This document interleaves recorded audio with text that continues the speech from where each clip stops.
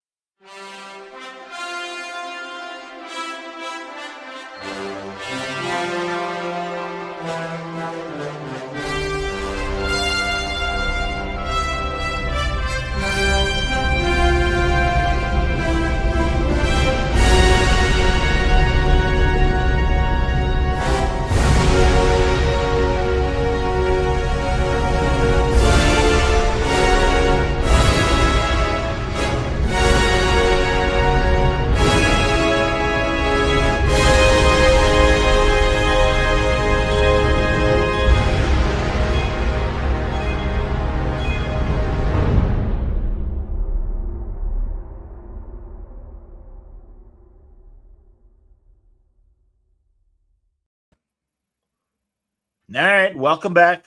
Time again for another Trek Watch here on the Word Balloon Network kind of thing. We'll be talking about Starfleet Academy. They released brought to you by the CW. Indeed. In fact, Franco's background, you could tell right there.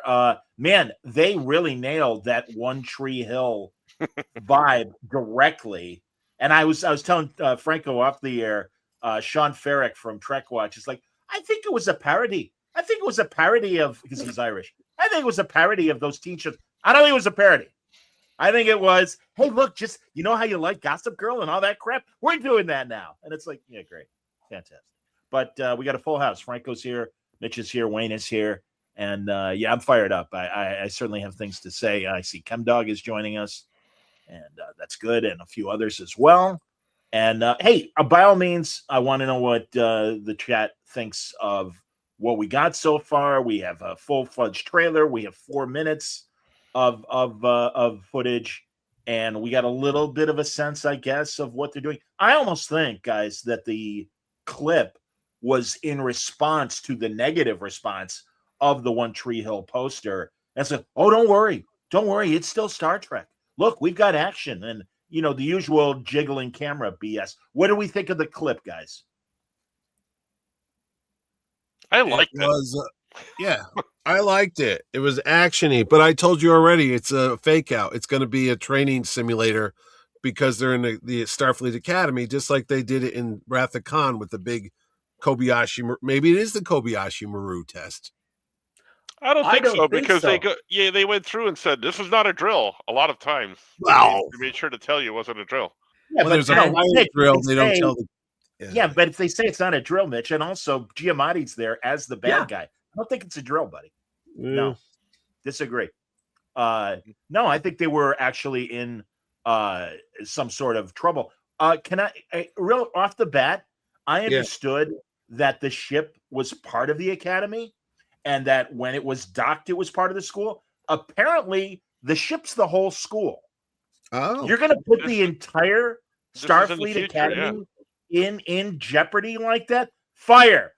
All right, there you go. Goodbye, Starfleet Academy. I was thinking, as I was watching the clip, I was thinking, oh, this is weird. Why are they doing this? And I'm like, oh, this is the future.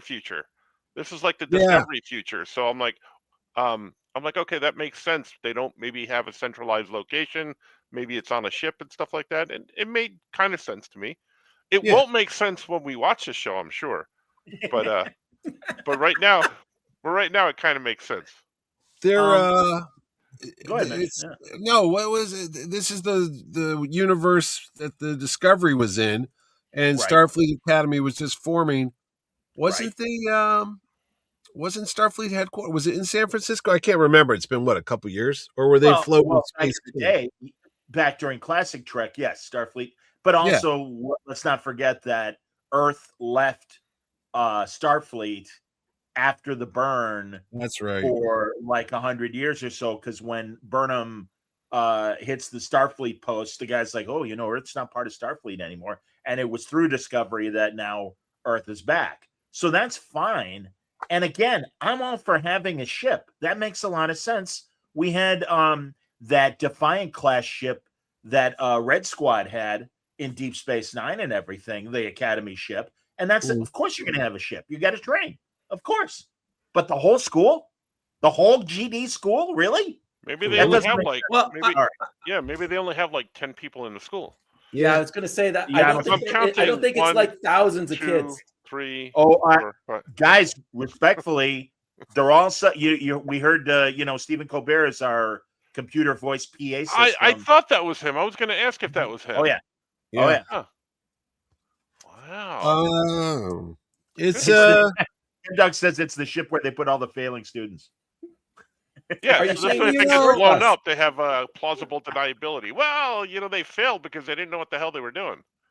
It's like one of those sailing schools that they have for summer school. They put the kids on a sailboat and they go out in the water.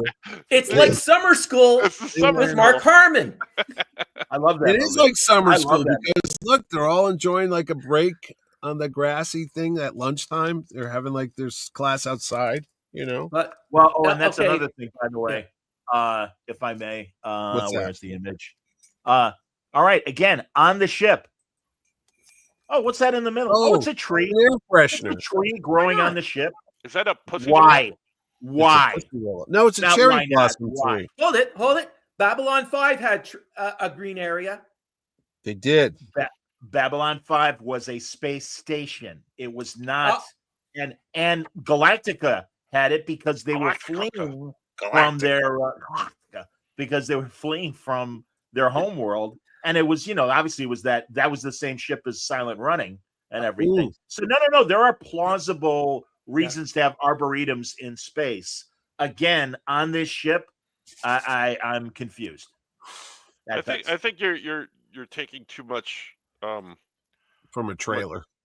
Too much bias into things because I don't know that it would affect me that much if they had a tree.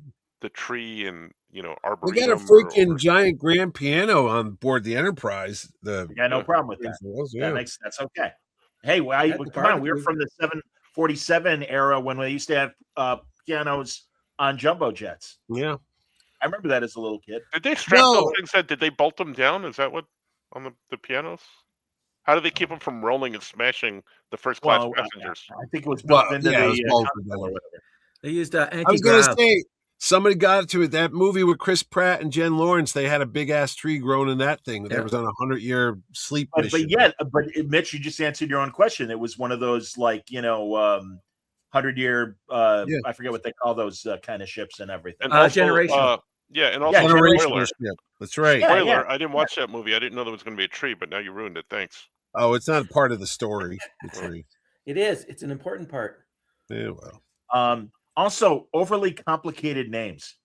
I'm glad that at least the captain's last name is Aki or something like that. I forget. It's simple, like her. And I love Holly Hunter. Get the crap out of your mouth, Holly. I love her, but that's the impediment. Yeah, she's always like that.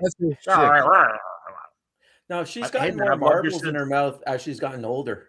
Yeah, loved her since Raising Arizona. I'm a diehard Holly. That accent is just getting harder.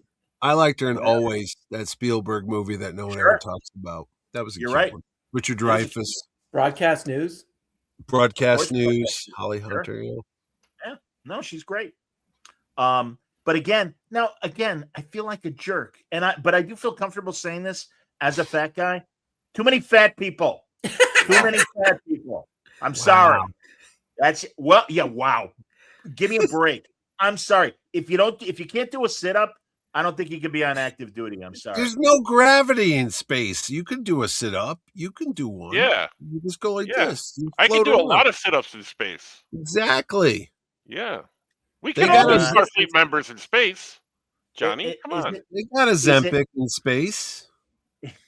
In space, there is no Ozempic. They cured eyeglasses. No, they didn't. I saw somebody put eyeglasses on. I go, oh, well, yeah, but not only that. But here, wait a minute. They were let's all do it. Here, let's do it. Hey, let me pass my glasses to my first officer. I don't know if you noticed that. Look, rewatch it. No, I didn't watch it. I've got glasses in the on. clip. So Holly Hunter has her glasses on. She looks at the screen and then she hands them off to the first officer. And I'm going, you might need those later. Okay, see, this is where I think you guys are reading way too much into it. How do you know they weren't the first officer's glasses and she forgot her glasses, so she borrowed them from the first officer? As we saw in Star Trek 3, Retina A would get rid of the need for glasses because Captain Kirk was given a pair by Dr. McCoy, and he said, for people your age, I recommend Retina. I'm allergic to Retina eye. Right. No, glasses.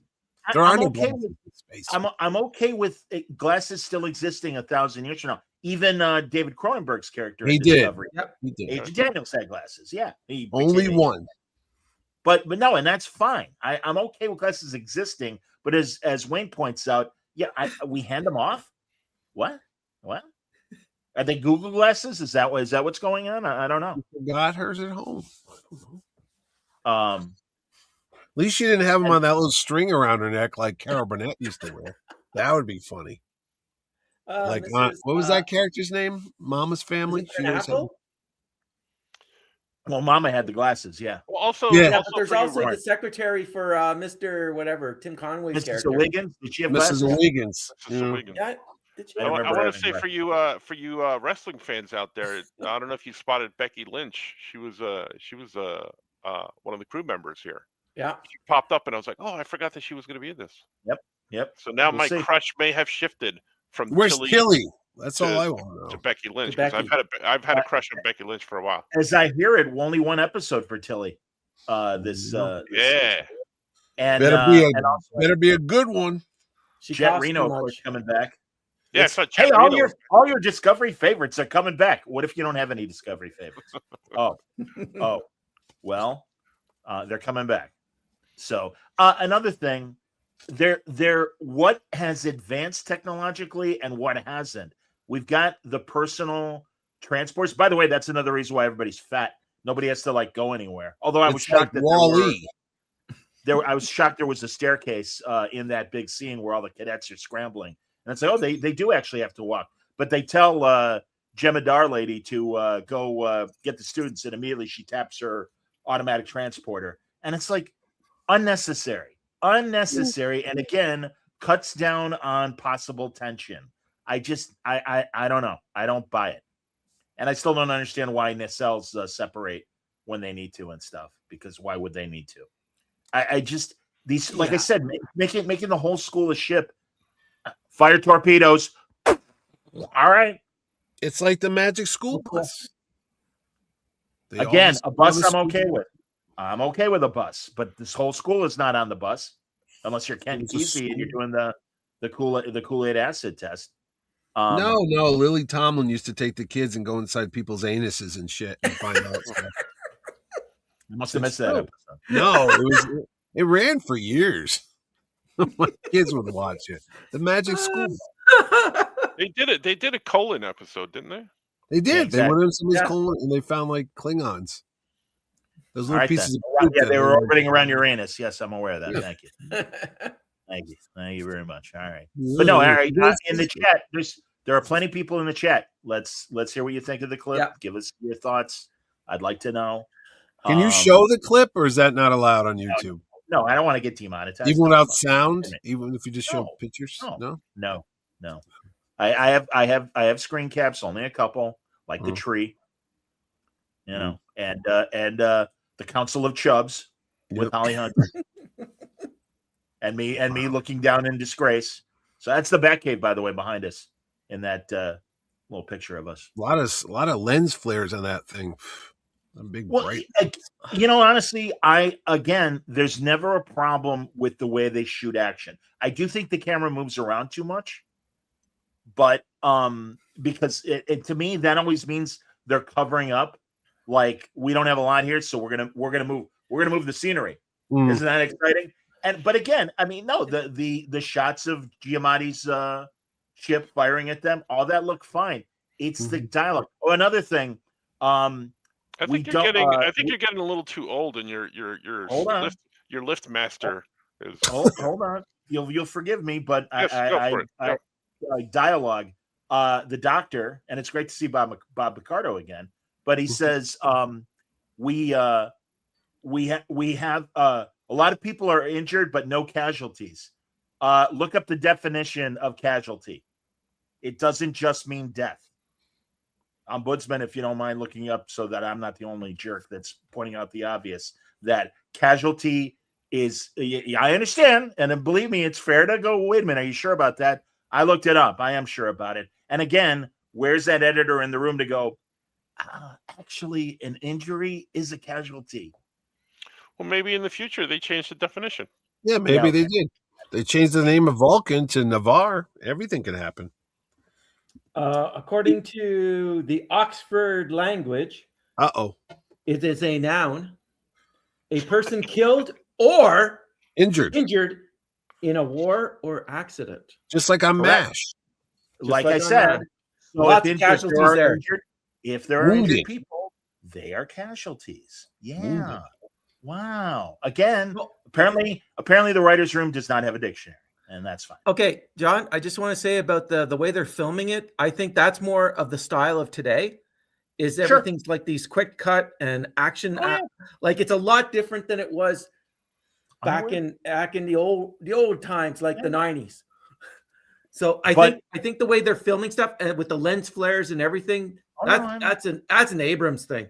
And the quick cut is, and I hear Wayne, I hear what you're saying. Yeah. I also don't believe, especially if a ship is big enough to have a whole school, it's probably going to move more like an aircraft carrier and not a fighter jet. So I understand what you're saying, and I agree. And I would have no problem if they had fighter planes zooming around and doing 360s and all that stuff. But I do have a problem with what should be dreadnoughts moving very slowly, zipping around. I don't think Starfleet actually employs like fighter type vehicles other than like the Defiant, like Top Gun. They're more starships. Everything with Starfleet has always been like a starship, regardless. Again, isn't a lot of this argument moot because it's so far in the future that we still don't know like half the stuff that they're doing up there and stuff. You know, that's what I'm thinking. But what do I know? I don't know. Artie wants to know where they bury the survivors. Yeah. Why would you bury a survivor? I don't know what that question means, but all right, thank you. I think that's the old joke. You said the casualties and nobody died. So where do they bury the survivors? Oh, I thought he meant like survivor, like the rock band. You. All right. I'm sorry. I'm on deliberate mode. I have the tiger. You're just I know. I'm just being negative to be negative. I just want to say, after seeing when you guys sent whoever sent that image of the One Tree Hill poster behind Franco, it was just like, oh my God, this is so. You're trying to hit the younger generation so hard on this one that it is. But I don't even know what to say. Look at it Johnny is cute. It's like the United. It's like the United Colors of Bennington. He is. Yeah, he's happy, but it's just so. I don't know. I looked at it and going, my Lord, that is just insane. Go ahead, John. I understand why you want to go for a younger audience. Yeah. My question is though, what younger audience is like? I'm really dying for a good sci-fi show. I mean, it's like you got to recognize that you're a duck and you got to stay a duck. By all means, focus on teen ducks. Like I said, I think Deep Space Nine, when they did their Red Squad episode, or when they declare martial law and we get a good look at the academy and stuff, or the First Duty, it's fine. And even to wrap a whole show around it is fine, but you still need more Star Trek. And again, I think that's why we got the action teaser that we got, rather than a classroom or whatever scene. So here, let's see if there's a new comment. ChemDog, Poster looks like it's a still from a Weird Al video. All right. I think Whatever. It's cute. I think it's cute. I think it's like Honeycomb Kids. Ange says yeah. Ange says teen drama fans don't want sci-fi. Sci-fi fans don't want teen drama. So they fail both audiences. Yeah, I kind of agree. I disagree because I watch teen dramas and Star Trek. But you're a sci-fi fan, Francis. What You are a about sci-fi. Roswell? Sorry, guys. What about Roswell? That was like a teen drama sci-fi. You're right. Everything On the CW. is a teen drama. Yeah. Yeah, On the CW. You're right. That's fine. But No, I'm it just was trying to think Earthbound. And it was the 100. So no, I'm watching things like Netflix and stuff like that, and I'm starting to see like Prime Video shows, and there was a show I saw on there the other day that was specifically on another streaming platform that's now on there, and I'm like, oh look, they're kind of cross generating, selling and stuff like that. And who's to say that this doesn't wind up on the CW, because it's only Paramount exclusive, but then they tend to show up other places as well, right? No, Like Degrassi. I think Kurtzman Trek beyond Paramount Plus, all bets are off if it shows up anywhere else. A bigger question I have regarding Prodigy, because Prodigy leaves Netflix at the end of December. Does it go back to Paramount Plus, or does it suddenly either you buy the DVDs or you're SOL? I don't know. Because all indications are, and I wanted to talk about not only the Paramount getting bought by Skydance, because we haven't talked about it that much, but even further now that Netflix is trying to buy Warner Brothers, and all of a sudden Paramount's like, oh, wait a minute, and of course they've got very powerful friends, and maybe it's not a done deal with Netflix and Paramount.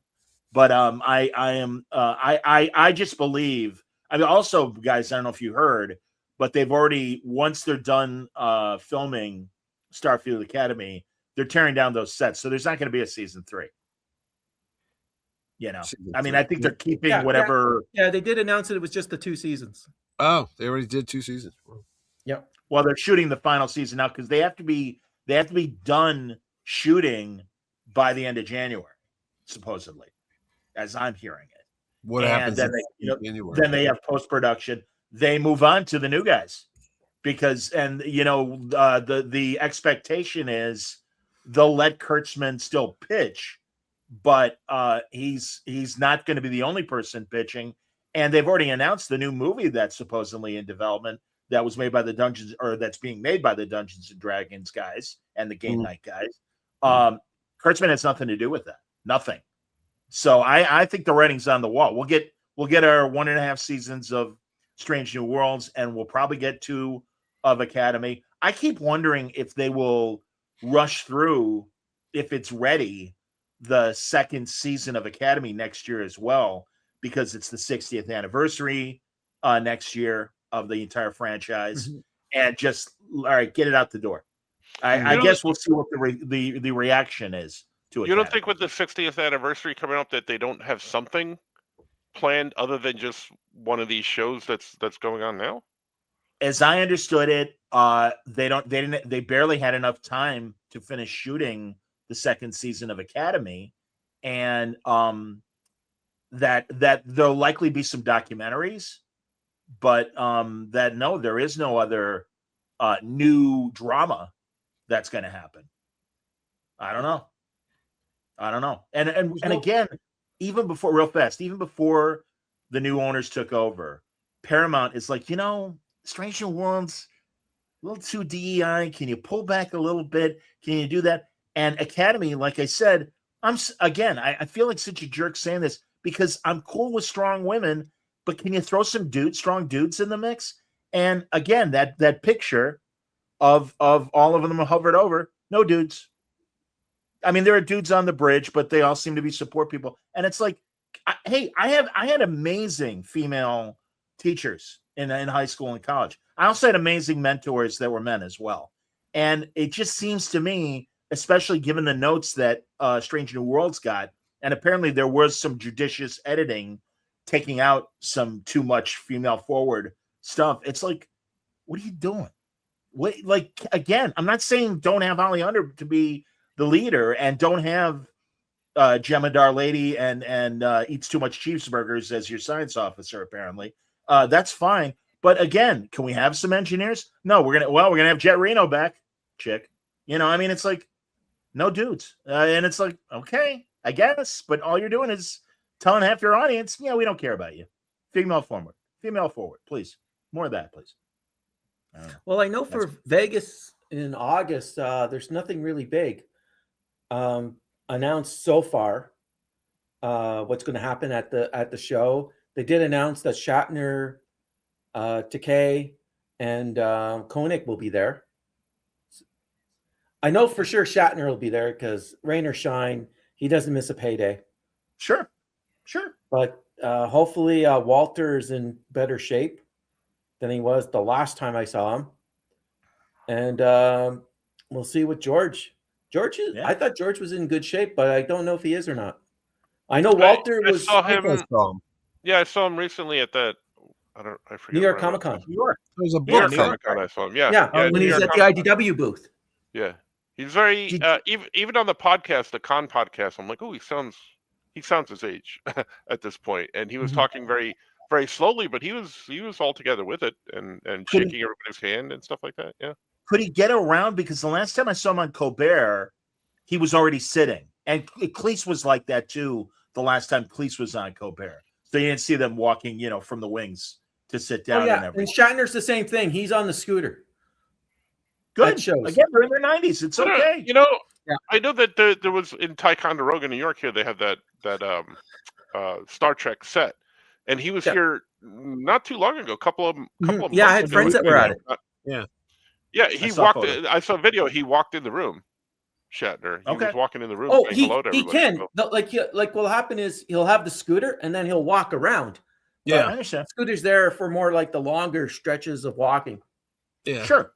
That's what Billy D. Williams did too. Yeah, I believe it. That's what I would do if I had a chance. Hey man, that's what Billy D. said. I said, "Oh, you can walk." He goes, "If you were when you go on a scooter," I'm like, "I guess I don't know." Well, again, I get it, and especially at a convention when there's extended periods of having to walk and everything. But yeah, like I said, I'm just going by what I saw. I have no doubt that they'll still make appearances as long as they're capable. I mean, Mitch knows he's had a couple guests that were willing to still do it, and then they died before the conventions happened, for Christ's sake. Happened once. Oh, okay. Well, I didn't want to name names, but Adam West. Like I said, the last time I saw Walter was, I think it was 2 years ago when he was at in Vegas, and he did not look good. And there's a bunch of medical people that are in my little room, our little get together and stuff, and they were going, "Man, he does not sound good." So I hope he makes it for the 60th, because I think that'll put a bright light into his life, because 60 years and you're still being fondly remembered from a series that only lasted 3 years. And he was only on 2. Yeah. And there's just something about that you've developed such a fan following, and you're not just limited to that. You're limited to other great things like Babylon 5 as Bester. Like his character was totally opposite of Chekhov and was well written. The whole side core, that subplot, that whole story about them and what they wanted to do is just amazing. It's Babylon 5's version of Section 31. 100%. It's the Cyclops. Did I hear incorrectly? Are they redoing Babylon 5 or is that? Am I mixing it up with 50-50. something else? No, it's possible, but again, right now with Warner Brothers being sold, I don't know where in development. And further, Straczynski will not be involved. And Straczynski moved. He moved to London. He got out of town. He's so disgusted with I think the current entertainment environment in the U.S. And I'll talk a minute about a British thing that I just saw that was fantastic a little bit later in the show. But Bester was really Straczynski's gift to Koenig. I know how screwed you got on Star Trek. I got something great for you. And we would have gotten more, but I know during the production, Walter had a heart attack and stuff and had to miss a couple episodes that he would have been in. When they did the animated the preview night in San Diego years ago, I could have sworn he was there to promote the Blu-ray, and also talked about the movie coming out, and also talked about the Blu-ray collection of Babylon. But I thought I could be misremembering this. I thought he said he wanted to do something more with Babylon 5. Oh, I think he does. I think he does. And again, that was 2 years ago. But I know since then, he moved to London and seems to be like, no, if they do it, they're going to do it without me. And it sounds like he might be pissed. So maybe he had a further conversation, because that's Warner Brothers. Warner Brothers owns Babylon 5. They don't need, much like Stargate, they didn't need to involve Brad Wright and some of the other guys. By the way, so glad to finally hear that a new Stargate series is in production. That's what I was thinking of. Stargate is the one that's yeah. Oh yeah. Oh, okay. And that's great. That's great to hear. And Brad Wright is part of at least the consulting. And another producer whose name escapes me right now, but he was one of the names that was part of the writing staff of the 3 shows. He's running it now. So that's good. And I mean, it's, as I understand it, it's going to be kind of a continuation. So we'll see. But, I love Stargate. I'm a big Stargate fan. So do you guys have on any of your, either your digital antennas or whatever, there's a channel out of Canada called, and of course Wayne will have it, Comet. Yeah. Yeah, I have it. Yeah. Watching Comet because they show old X-Files and they show Outer Limits, 90s Outer Limits. And I forgot, I really blew off those Robert Patrick seasons of X-Files because I was kind of bummed that we weren't getting Duchovny. And it's like, the show's about Duchovny, man. It's about Mulder, big hole. But I watched a few and it's like, he really had a thankless job, Robert Patrick, coming in. And they're good. I mean, some of them are, all right, it's a run-of-the-mill X-Files or whatever. And then, where Annabeth Gish. They added a little more to it. They injected life into a series that was going off the rails. It's like anything else. As soon as you get the 2 main characters hooking up, it just doesn't work. Yeah, I know. You need the tension all the way through to make it work. I know. That's what happened when Franco and I hooked up. The show's gone out the window since then. No attempt. Nope, it's gone. It was like right after the first episode too. It was. Yeah. I mean, we had some Sorian brandy, and shit happens. But. Yeah. Yep. All right. Now Franco didn't finish Star Trek Con. Mitch, did you listen to it at all? No. Nope. By the way, and Stanley, I'm going to get to your question in a second. But I got to tell you. So I got to tell you, I finished it, and I know Wayne finished it. So if you guys will forgive us, we might mildly spoil. I liked it a lot. I have to admit, it kind of petered out at the end, and I'm like, all right. And mentioning Walter Koenig, I really felt they were teasing the potential for Walter being on the show along with Sulu and Tuvok, and it didn't happen because I think I told you guys on the show, they made a big deal about SETI Alpha 5 and SETI Alpha 6. Say the line, Franco. SETI Alpha 5. No. This is SETI Alpha 5. This is SETI Alpha 5. Yeah, this is SETI Alpha 5. Well, as this historian pointed out, how did they miscount the planets? Did they forget how to do math? They didn't do that. They didn't address that in that show, because I always was like, how the hell can they beam people up and down and go through speed of light, but they don't go, hey, wait a minute, wasn't there another planet over here? They don't even talk about it? I spoke to David Mack, not comic book David Mack, but Star Trek novelist David Mack, who was the co-writer on the show with Kristen Byers, and he said we did have a scene, but it ended up being cut for time. I don't understand how things like that are cut for time, given that it's not running that it's not running on a network, and an episode could be as long as it needs to be. But they were all uniformly around 39 to 40 minutes if you include commercials. So whatever. But essentially, he said that there was actually a scientific plausibility that sometimes planets in a solar system will mirror each other, and on initial scan will seem to only be like 5, but actually there are 2 in synchronous orbit So that was going to be their plausible explanation of missing SETI Alpha 6. Go ahead, Wayne. Just like how many years it takes for all the 8 or 9 planets, depending on your view, in our solar system to line up, to know, because some will be out of sync to the other one. Yeah. Okay. And again, I accept it. It's just, it would have been nice to actually hear it, because there were other science fiction things that they explained, because they actually came up with this like weird kind of pesticide to combat the earworms and everything. And it was like, oh, no, we'll use, there's sand on the planet, so we'll use the silica from the sand. And apparently that is a real thing that even today modern exterminators use to kill bed bugs. And that it, like, they ingest this pesticide that has microscopic silica in it, and it basically eats them from in the inside, and it destroys the bugs. And so that was and they explained this in the show, and it's like, good for you. You're using real science fiction and everything. I'm impressed. That's more science fiction than I've gotten out of 5 years of Discovery and 3 years of Strange New Worlds and everything. Can you put up that Ange's comment? Because he's got a good answer right there. Send that guy a check. I thought SETI Alpha 6 blew up like Krypton and 5 shunted to 6 orbit. Or is that my own? Yeah, give him a no prize. I got a no prize back there, actually. No, but but still, it wouldn't explain there's a planet missing. Right, exactly. That suddenly they lost count. No, yeah, you're right, Ange. Absolutely. Of course, the other big thing was it was in the script, but that's another story. Well, again, programmable matter is part of Discovery's future and Starfleet Academy's present. And it's like, I never figured out how the what was that last Star Wars movie when they had the big not the Death Star, the Star Killer base. It was a planet. This time it's a planet. I'm like, how the hell does that move? And then it absorbs the sun to power its weapon.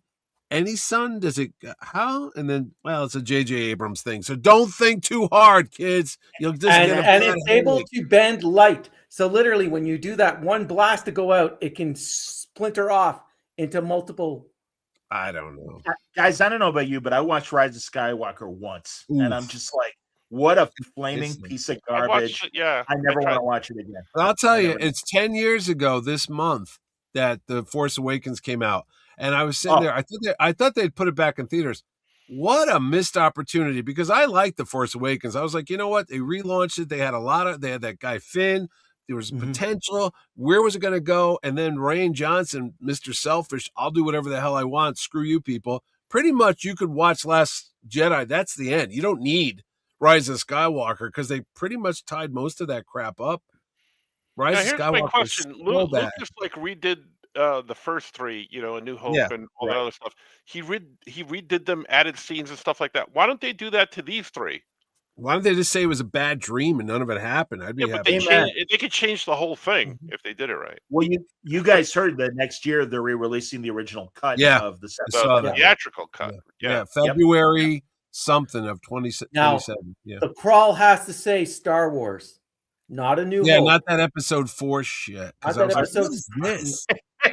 Are they gonna open with the Fox overture? Oh, they'll still do it. I hope so. They will, because it's the original theatrical cut, is what they're saying. Yeah. So they own it anyways. They own. You're right, but again, I don't know. You have to have that. I hope so. Here, a couple comments.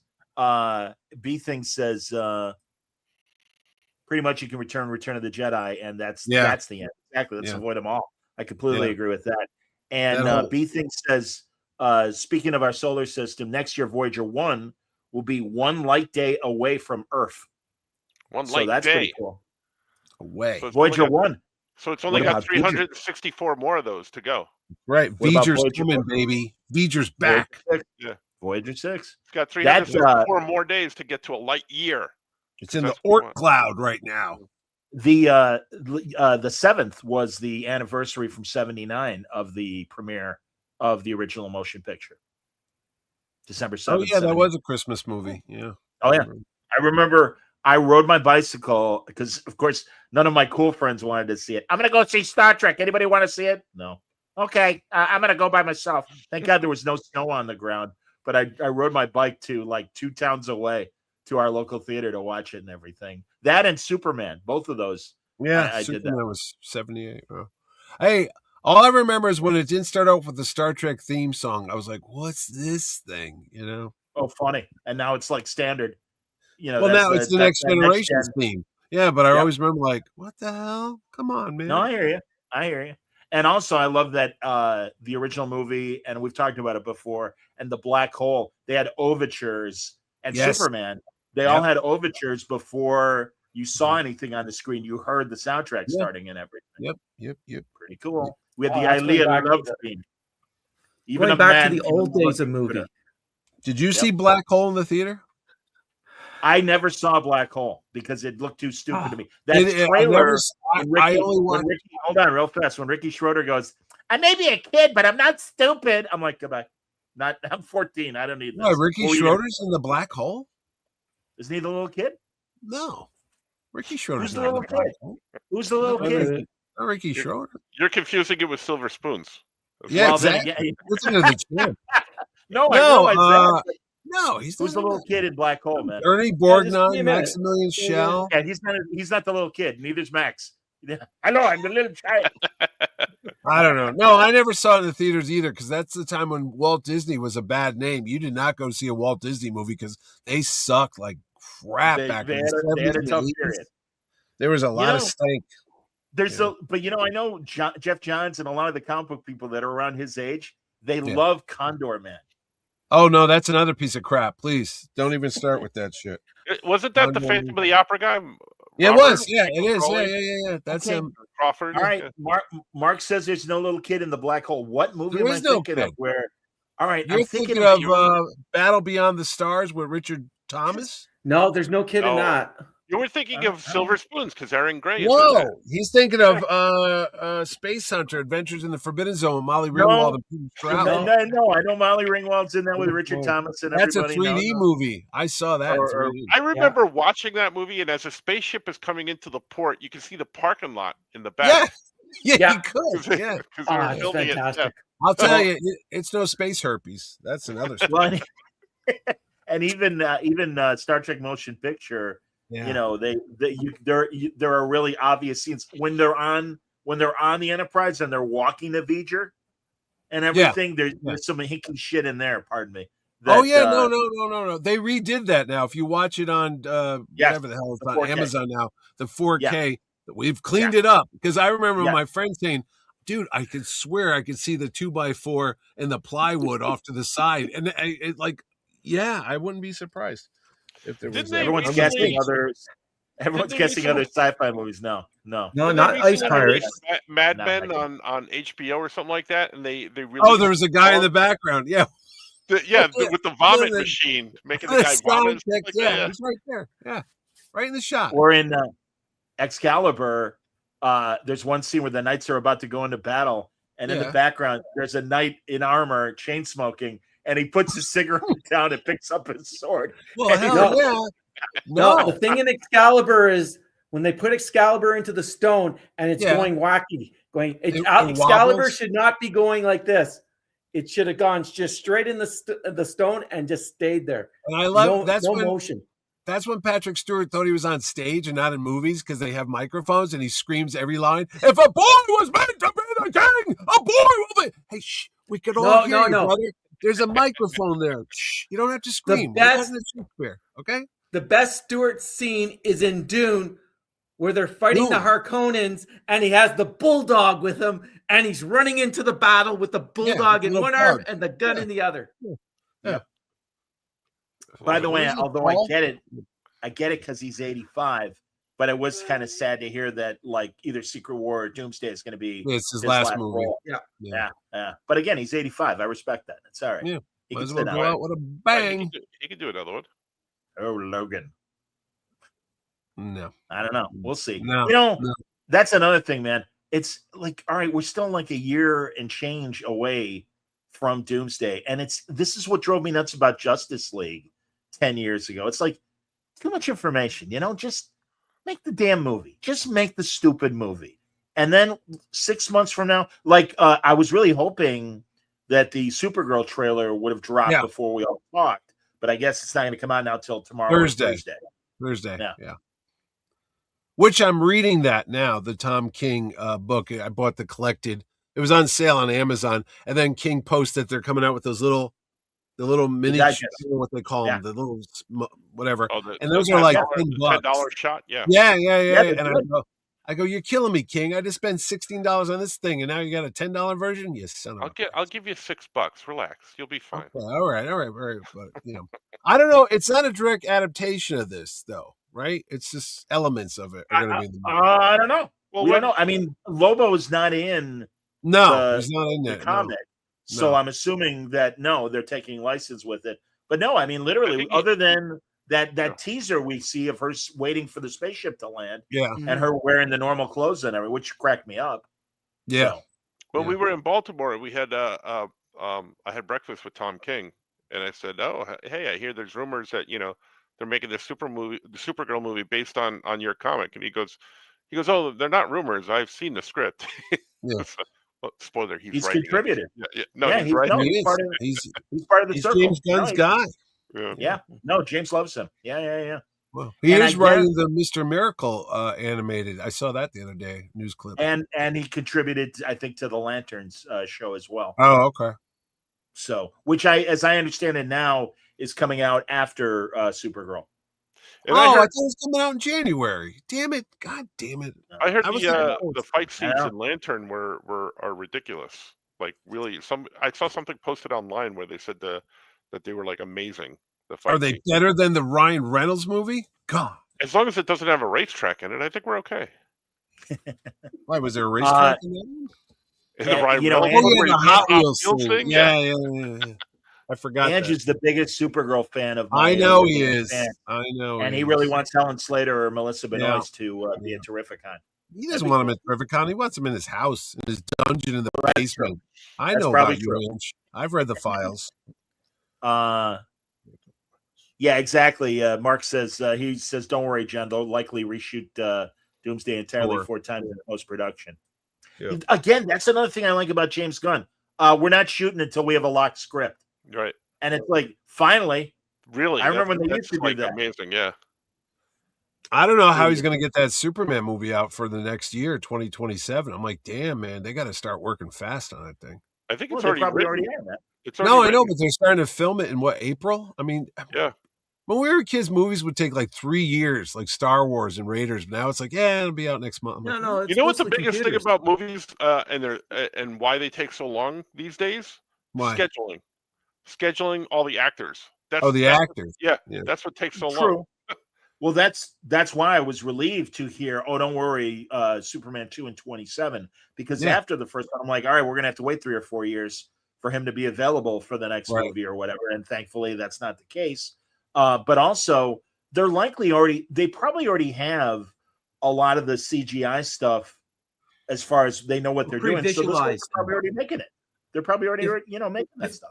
If my understanding is correct about the Marvel movies, they already know what all the special effects are. Yeah, that's what I've heard. Yeah. Basically, the only role the director has is, okay, Robert, line. What? Yeah. No, they do the live action. Yeah, they wrap them around the set pieces. Yeah. Principal photography. Yep. That's exactly right. And that's why, but what I was saying, and by the way, I'll get back to Academy in a second because it ties into that. There was a movie from 1970. We might have mentioned it before on this show, and I'd love to do a scene missing about it. Colossus, the Forbin Project. Do you remember that movie? Yeah. Okay. For people who don't know the movie, I'll give a little quick thing. Victor from Young and the Restless, Eric Braeden, creates a supercomputer to run the. I'm sorry. Victor Newman. Yeah. That's the guy. Eric Braeden is the actor. He creates a supercomputer to run the missile system for America's defense program. And it gets very, very smart. And it collaborates with the Soviet equivalent. And these supercomputers decide that mankind is too irresponsible. We're going to take over the world. And it's 1970. So it's one of those dystopian bad ending sci-fi movies where no hope at the end. No, they're in control of the end. And I'm like, why won't someone remake that movie? And then it occurred, and I've been talking about it with my friends who are screenwriters. I'm like, this doesn't make sense. And I know it's based on a 3-novel series from that period and everything. But then I realized it takes 2 years to make a movie. Yeah. When you have to figure everything in. Okay. The likelihood that AI, whether positively or negatively, is going to look so different in 2 years that to try and capture this moment is kind of futile. And I think that's why we're not getting a movie about AI. But I could be wrong. I don't know about that, but yeah. As a follow-up to your scene missing, I recently found on YouTube, and I didn't know this before, there was a pilot for the Time Tunnel in the 90s. I grabbed it. That was, it's actually really good. The Irwin I Allen think that's something that you guys, I'm going to send you the link to it. No, but we can watch it. It is really, really good. Like, I hear you. Like, what was it on Sci-Fi Channel or something? I think it was a Sci-Fi. It was a Fox. I was going to say, it wasn't Sci-Fi. It was Fox. But it's an unaired pilot for the Time Tunnel. It came up, and it's on YouTube. I'll send you the link to it. And it's just, wow. I was going through and going, this is a nice little. It's a nod to the 60s. So it has the tunnel, but it's a lot different. Yep. And it was really interesting. And it's too bad it didn't make it past the pilot stage. I forget what was in competition for another sci-fi show at the same time, and they went with the other show instead. It likely was a Chris Carter thing, maybe the Lone Gunman or Dollhouse, or actually, I think because I saw an interview with one of the cast members of the unaired pilot. It was Firefly. He said, no, they want Firefly instead. Oh, Firefly. So that's why. Again, whatever. Well, and just like, are we going to do a 6th season of Angel, or are we going to do the CW, or that back then the WB rebooting Dark Shadows? And they went with Dark Shadows, and then Dark Shadows never happened. Or if it did, it was only one season. No, there was a reboot of Dark Shadows. And it was on NBC with NBC had it. Didn't last more than a season. With Ben Cross, the guy from Chariots of Fire. As Barnabas. Yeah, you're right. But again, it was the production company that was debating, all right, we're going to continue with Angel or do Dark Shadows. And oops, they went with Dark Shadows. So, all right, but back to AI and regarding Starfleet Academy, all these different advances, and then we get this new character from Academy. It's Sam, everybody. Sam is an artificial intelligence. This is one of the cadets. She is purely AI. I have a question because you can tell from her awkward handshake that she's going for here. Again, I guess we're going to have to learn more about this character, but right now it doesn't make sense to me. I realize that the doctor on Voyager, when he was introduced as emergency hologram, was awkward in social circumstances. This is 1,000 years in the future. And further, I don't understand why an AI would need to be a student, because can't you just program it with everything it needs to know? But again, I can appreciate from a human interaction thing that maybe that's why it's there. Maybe it's AI mommy and daddy sent it off to boarding school. You don't know. Maybe it's a new life form. Maybe it did pass the new life form test. Yeah. That's what they're going to say. AI generated its own life form, and that's what that is. So I don't know, man. It's like Data had his daughter that time. Wow. She was a robot, but he had a daughter. I don't know. I really don't know. But we'll see. Yes, Mario, we did cover this, that Tom King is show running Mr. Miracle. Yes, the animated movie. That's correct. But yeah, I don't know. We'll see. Listen, again, I am happy to watch. If it says, as I've said before, if it's a show called Star Trek Klingon Latrine Cleaning, when does it start?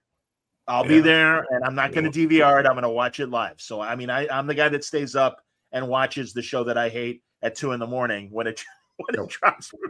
That's what a DVR is. I got to be first. I got to watch it. So, I mean, we'll see 5 weeks from now. We'll see exactly what kind of mess we get. But I can't deny that the scene, and it was a decent scene with these little things like the tree and handing off the glasses and casualties and little BS things like that, and the whole school being on the ship. We'll see. I don't know. We'll see. What day But is no, this? time tunnel. What day is this dreaded event happening for you? I'm assuming it's going to stay on Thursdays. No, And it's January. Right? Yeah, it's mid-January. It's about, like I said, about 5 I weeks. think from it's the 15th. now. Yeah, I think Oh, so. is it the 15th? Okay. I think so. Clear the Good decks, check. kids. Yes, it says so right there. Streaming January 15th, right up there. Okay, good. Yeah, that's the Thursday. There you go. Excuse me. I'm looking forward So- to it. I A really am. month. I gotta Um, increase my Prozac again. but somebody asked in the chat, and I wanted to also hear what everybody thought of it. I've just started. Plurbius. Stranger that? Things. Nope. I think it was Plurbius. Plurbius? Oh, that. Yeah, I saw Yeah, that. Yeah, yeah. I didn't watch it. Yeah, I Plurbius. haven't watched Yeah. it yet. Plurbius. I want to watch it. I watched Murderbot. I enjoyed that. That was Yeah. good. I saw that. Murderbot was fun. I'm watching Plurbius? Stranger Things now. They're all 30 years old. It's creepy. I know. It's yeah, that funny. Yeah. It's hard to get. Yeah, I mean, you got to suspend the disbelief, but you know that they're just like. I enjoyed the Sounds- first 4 episodes of that too. Yeah. It's worse than when Tom Welling was 30 and still supposedly like teenager. really an adult on Smallville. Yeah. It's no Grease, I'll tell you that, where they're all like, my 30 and they're like 15. Well, It is but I have nice. to admit, mentioning Grease, I am laughing at that Travolta commercial where he said, Yeah, Oh, the Grease yeah. lightning. That's cute. That's cute. B Things wants to know, for looking for things to watch. What are our favorite sci-fi movies? I just For want to say Christmas? about Plurbius. Sorry. Yeah. Sure. It's Sure. really good. The actress who's she's basically the central character. Yeah. She's amazing in it.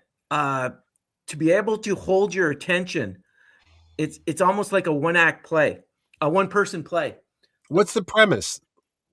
The What is it premise about? is, you know what SETI is, right? The search for search for extraterrestrial intelligent life. Intelligence. So they get a signal, and then they decode the signal, which is basically, hey, it's like a virus thing. That virus basically is something that takes over the human body. Oh, And what happens is, it's like, Contagion, where the Yeah. virus just went wild all through. Same Yeah. idea. Virus covers the entire planet except for 12 people that are Oh. immune to it.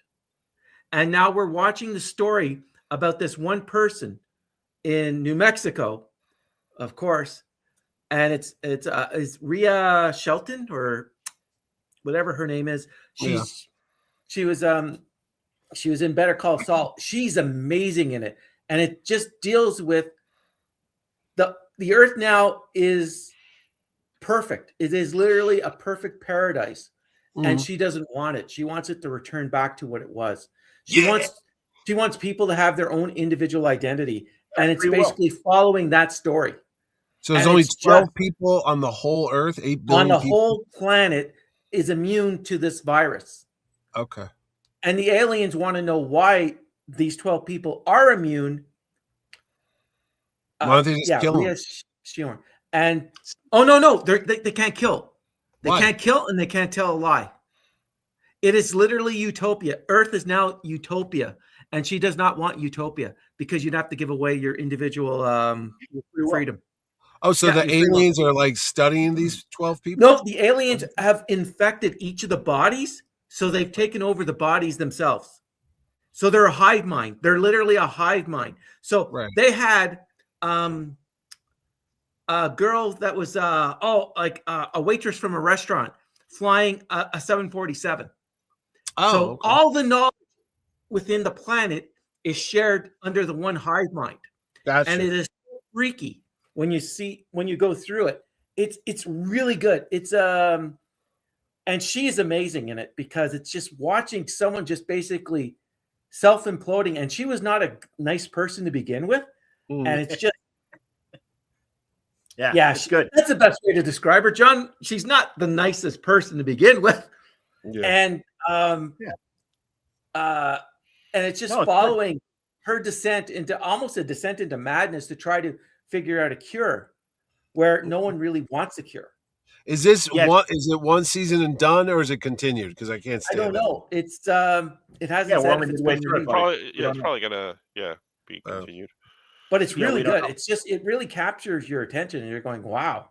Yeah. Yeah, Ken Dog's right. It kind of sounds like Rick and Morty. Kind of sounds like Body Snatchers. Yeah, But it is. It's Yeah, Body Invasion Snatchers. of Body Snatchers, except there's no pods. right, and also that it's like that. It's a hive mind. Yeah, It's Yeah. a hive mind, and it's positive, or at least yeah. the It's people a that are- positive hive mind. It's just like Yeah. There's what the later episodes. There's one. It won't give it away. The hive mind needs to have space between them and Carol, and they leave. And it's just funny how they literally they leave New Mexico, and it becomes a desert city, and it's not us. We just think we need some space at the moment. It's the stuff you'd hear from a girlfriend, and it's the not you, ultimate it's us. breakup line. And it is hilarious because it's literally in an entire city that just vacates, and you see everyone leave, and it's just, I don't know it. And if you need anything, I won't. No, you gotta watch it. It's just hilarious. Yeah, I gotta watch it.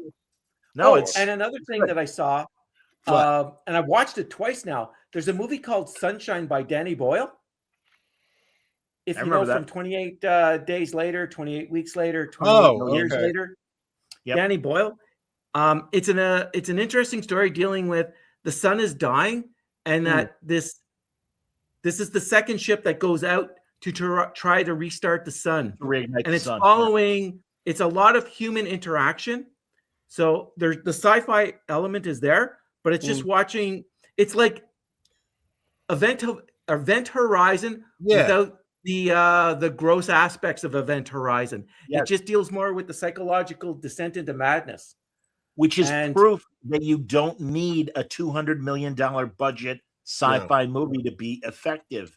And that has been the problem with modern Star Trek. They spend all this money like idiots, and that's why the contract wasn't renewed, Kurtzman. Sorry. And you forgot about story, you forgot about character, and you've given us crap. And I think that you can actually apply the same thing to practically anything now that they've just, like all the movies that they've sunk money into. Godzilla -1 didn't have a big budget and told an amazing story. Mm-hmm. Sunshine, I'm sure, did not have a big budget. It was an independent. I've never even heard of this movie. I'm surprised. And I literally watched it twice when I saw it when I was flipping through channels, going, "Oh, I'm going to watch this again." I'm like, thinking you don't usually watch a movie that you watch twice. Yeah. Sorry, Franco. Yeah, no, you're good. I'm thinking things need to be cheaper now anyway, especially with like the volume wall and stuff like that. I was watching some Good Morning America. One of these shows had an interview with James Cameron, and he looked thrilled to be there. That's sarcasm. Because they had the weather girl try, in one of the suits, and she got to do one of the lines from the film. And I'm like, and I'm just thinking, James Cameron's thinking, I'm never going to see these movies, by the way, because I just don't care. Oh, the Avatars? Yeah, but I feel the same way. I'm looking at James Cameron during this thing, and you can just tell, like, I have to do this for like the promotion of the film. I get it, type thing. But he's filming everything on like a soundstage in like volume. Everything's green screen and volume and stuff like that. So like he doesn't have to go out and shoot in a big tank and stuff like that. Tunisia, like they did the old Star Wars movies. Right. Yeah. I So know. things have to be cheaper that way. But Michael, but the volume wall is almost 10 years old now, and It is. was supposed to cause or solve that problem and make shows cheaper. And again, I'm sorry, I keep punching Kurtzman. You spent yourself out of a job. Even the old owners of Paramount went, I don't know, man. The Expanse did a much cooler show for literally half the money that you're spending. I don't think we're going to renew your That's what I'm contract. thinking. But that's what I'm saying, Johnny. Is like, like a show like The Ark is much better written than something like Star Trek. Love The Ark. Right better. right Exactly. something better. Yeah. That's why I I can never figure out why it's taken 5 years to do a sequel to the Batman. I go, Jesus Christ, you could make a good Batman movie because he's got no superpowers. It's all in the dark. It's like the Blade movie. you freaking can make this for like 15 million. I'm not kidding you. And Right. in a dark alleyway in New York City or any freaking way, because you don't see anything. It's like, what is the problem here? I guess the actors got a lot of salary, but there's no need to have a 6-year wait between Batman movies. That's Completely stupid. agree. I think that's more political, the wait, than anything Really? else right now. Yeah. You mean studio politics You mean or Warner Trump Brothers? Yeah. I think there's because the Batman is not part of the James Gunn universe. Right. Correct. Right. It's something totally separate. So there could be But it made a shit something. ton of money. So Again, they yeah, still wanna see it. and they should. And the Penguin was amazing. Yeah. It So was. there's no reason But what's- not to what's the continue reason- the Matt Reeves universe. But what's the reason for then like the Blade movie? Because that looks, they I have announced no that it was idea gonna what the it was hell gonna happened. happen, and then it was pushed back. And I just saw something yesterday with Mia Goth, who is very strange to me, but they're talking about it being back on again. Oh, I thought it was canceled. Because Once they were doing like fittings and stuff like that. So Well, like, Feige was saying that he wasn't happy with the scripts. Did you see Oh, is that that they what it was? sold all? They had all That's the what I heard. costumes made, That's and they it. sold them up to the what's that movie with Michael B. Jordan, the vampire picture, Sinners. They had all the costumes made for Blade because it was supposed to be in a period piece in the 30s, part of it, and they never made the Right. movie. So they sold the costumes off to Sinners, and they used them. I'm like, that's Sure. insane that you have costumes made.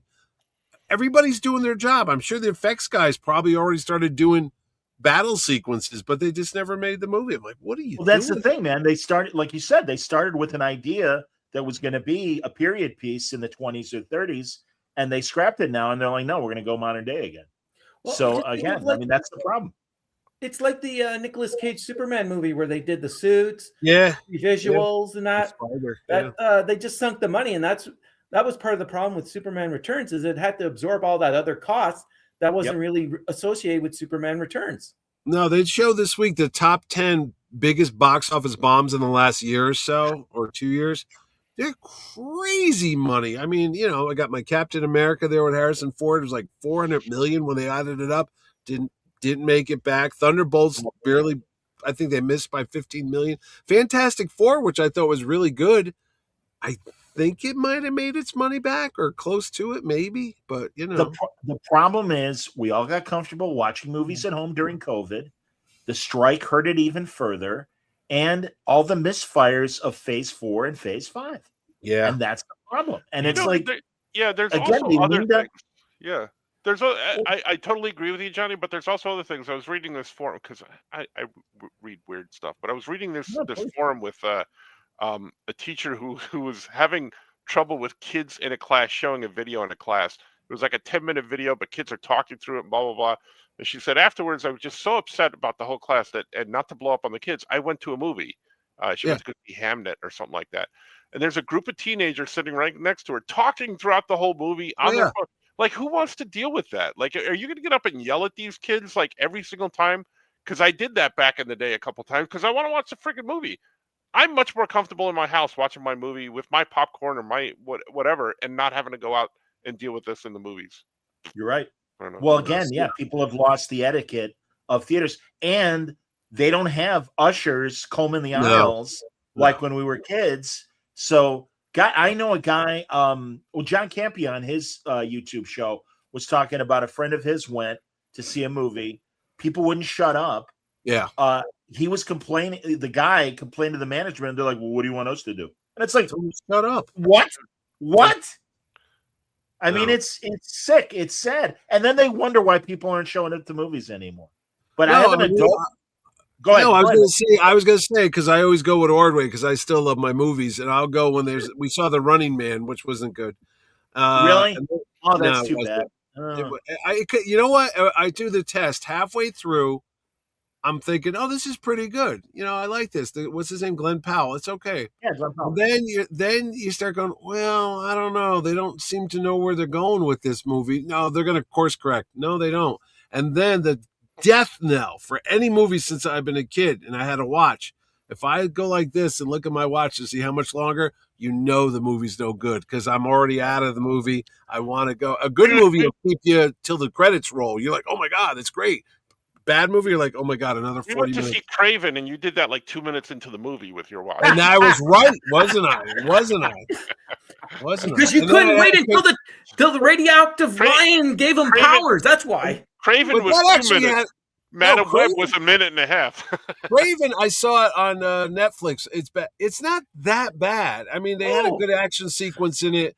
With If it was it's like a not James Bond Spider-Man Craven face. movie, it's okay, I guess. Just It's like Morbius okay. was okay. It's but better than Madam Web, the only Sydney Sweeney movie where she kept her you- clothes on. I'm like, you wait brought a up, minute, what's going on, man? You brought up Running Man, and you said that you went to go see it. I spoke to you. You said you went to go see it, or you had just seen it. No, I I'm saw. like, Yeah, no. When we talked a couple of weeks ago, yeah. and I said, oh, it's on. You can rent it. Like That's streaming, right. like 20, Yeah. 22 bucks or $25 or something like that. I'm like, that's the price of 2 movie tickets anyway. Yeah, I I'll was going watch to it at say my it house. cost me like $17 to see it. I was like, "What are you talking about? I just paid that money." You know, Boys, when you hit the, as Wayne knows, actually, I don't know if it's like this in Canada, but of course, we get the senior discount now.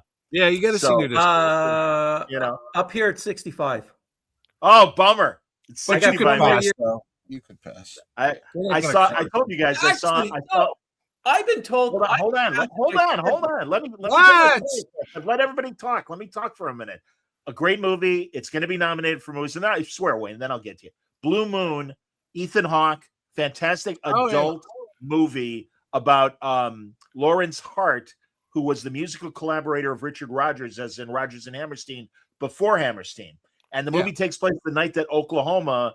It's the opening night, and they're in Sardis, our favorite place. And Mr. First Nighter, and poor Lawrence Hart has to watch Richard Rodgers' dreams come true on what a hit Oklahoma is, and it's in real time. It's only like 90 minutes. Bobby Cannavale is in it. The guy who played Moriarty in Sherlock, the Cumberbatch Sherlock show. Oh, he's Richard Rodgers. It's an excellent movie. Wayne, go on, please. Oh no, I was just saying. I've told people have told me I could pass late 40s.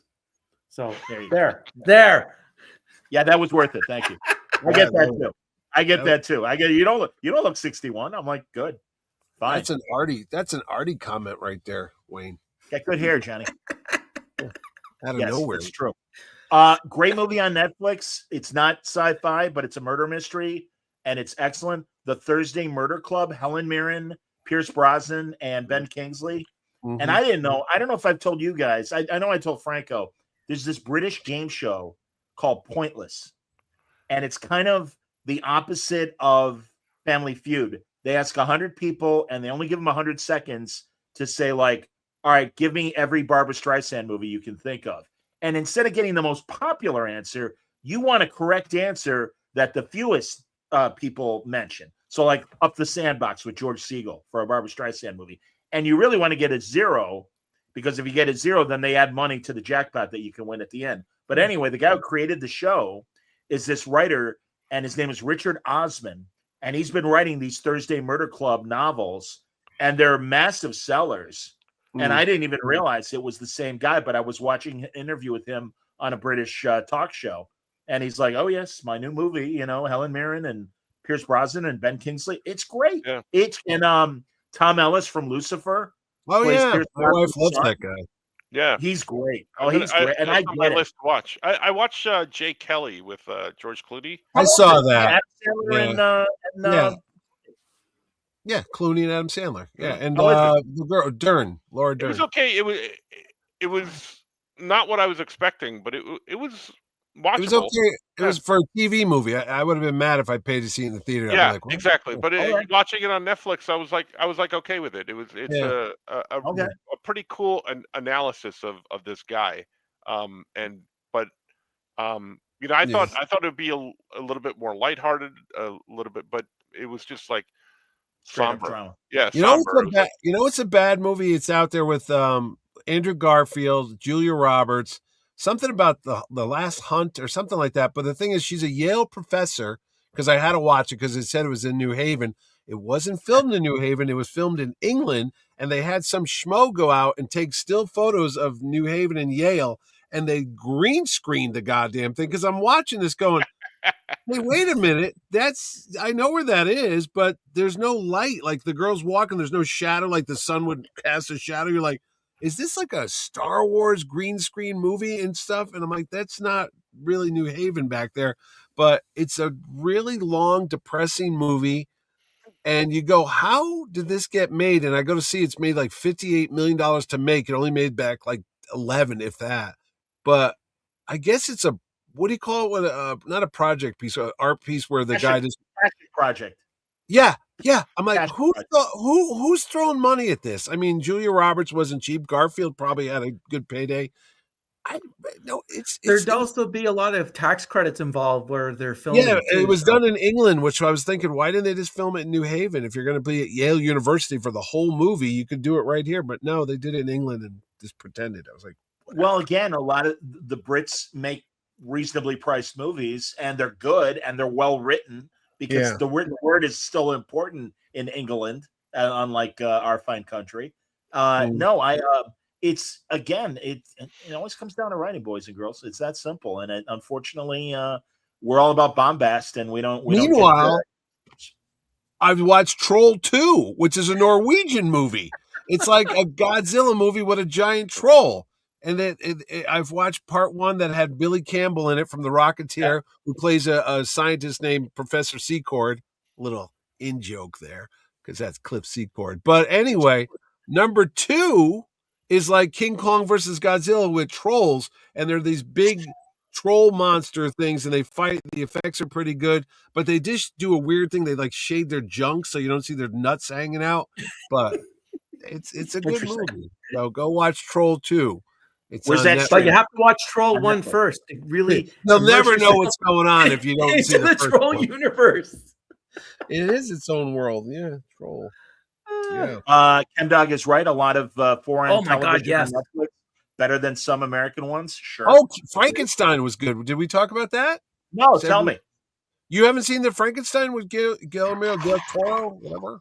Yeah, I don't give a shit about horror. I don't know why. No, it was brilliant. The thing of it is, it was out for like a week, I think, just so they can get their Oscar nods. Right. And then Netflix don't give a crap. That's what's so scary about Netflix wanting to get Warner Brothers. Oh no, we'll still do theatrical releases. Bullshit. They're going to be like, nah, you're going to stay home. You're never leaving the house now. Why would they pay for movies if they want you to stay home and stream? Well, I hear you, and I agree. And they claim that they would still release Warner. I agree with you, Mitch, that they claim they would still release movies in theaters.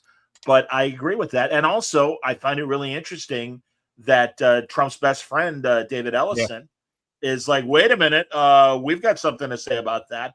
And it's just, man, the amount of political interference that's happening with these deals is just so obnoxious. And it again, it never happened before.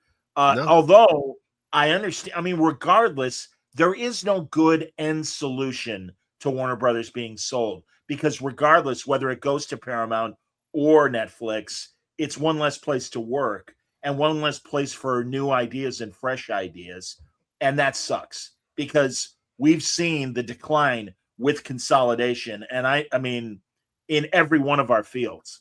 I mean, it's just ridiculous. Look what happened when MGM got bought by Amazon. They haven't done shit with it. I mean, James Bond's still not out. And I was going to say, exactly, man. I keep reading articles about James Bond. It's like, you guys going to wait 10 years for the next Bond movie? Pretty much. Probably. How long has it been since the last one? 6 already? 5? It was during the COVID. 2018, right? Or 2019? No, it came out during I think it was 2020. It came out. 2020? Okay. I can't believe it was that late. I thought it was earlier than that. No, it was supposed to, but they held it up because of the shutdown, and then they finally put it out, and it was like, okay, that was it. That was a bad James Bond movie. I'm sorry. Yes, it was. That was one of the worst ones. You don't have to kill him off. I mean, it's like, by all means, go on to another actor, but I mean, that was the problem with Generations. Don't kill James Kirk. No, it was so drawn out, though, too. My God, you could have ended that movie a half hour. Oh, no, I've got to go back. Tell the daughter I love her. And then the missiles come and blow up the eye. I'm like, what the hell?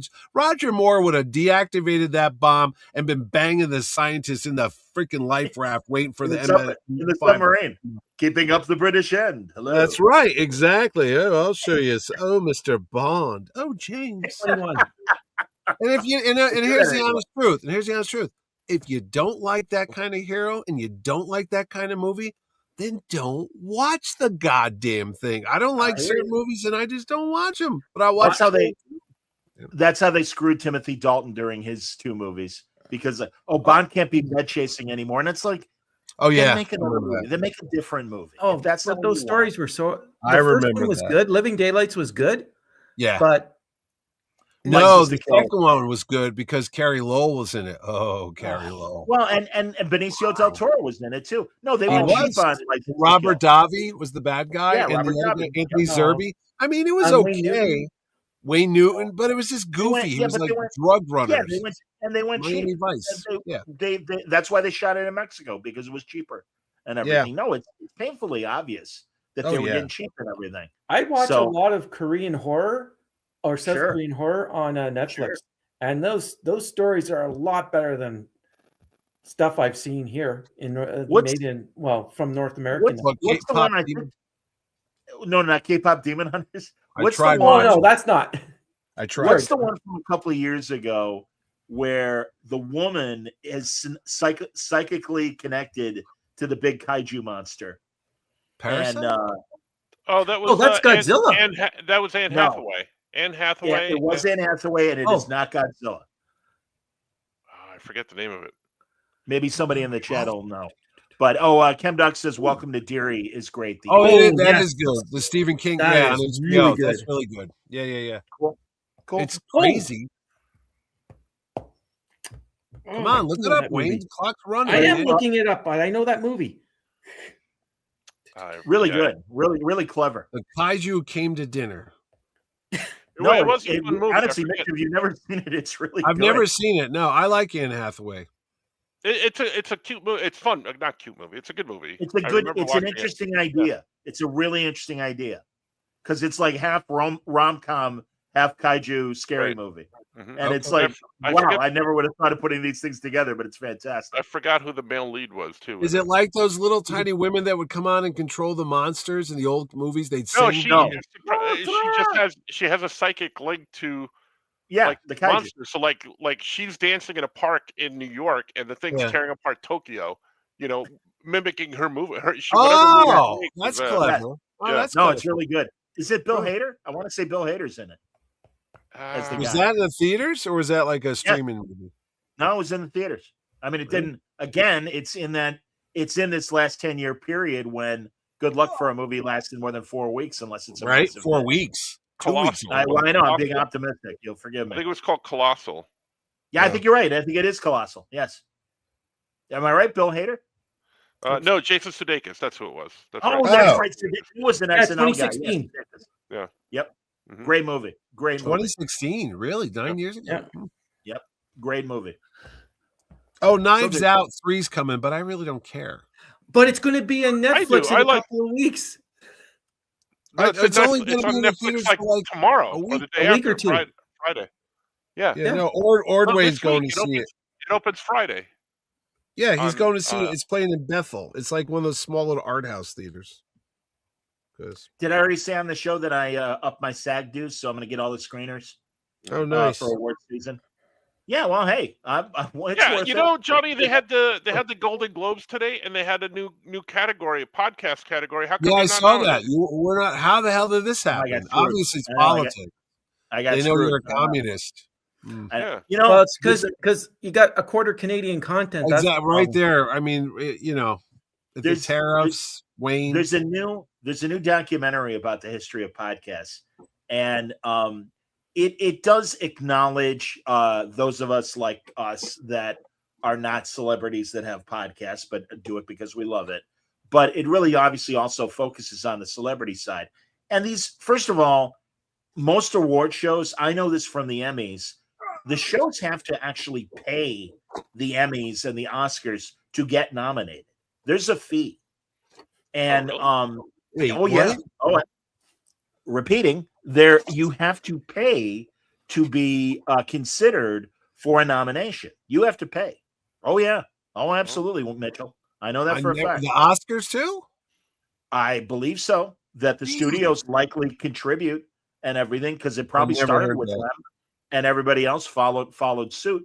But that's kind of why And maybe because of the Oscars, and every now and then an independent does sneak in. I don't know, but I definitely know that's the case for television, and I know it's the case for a lot of these podcast awards as well.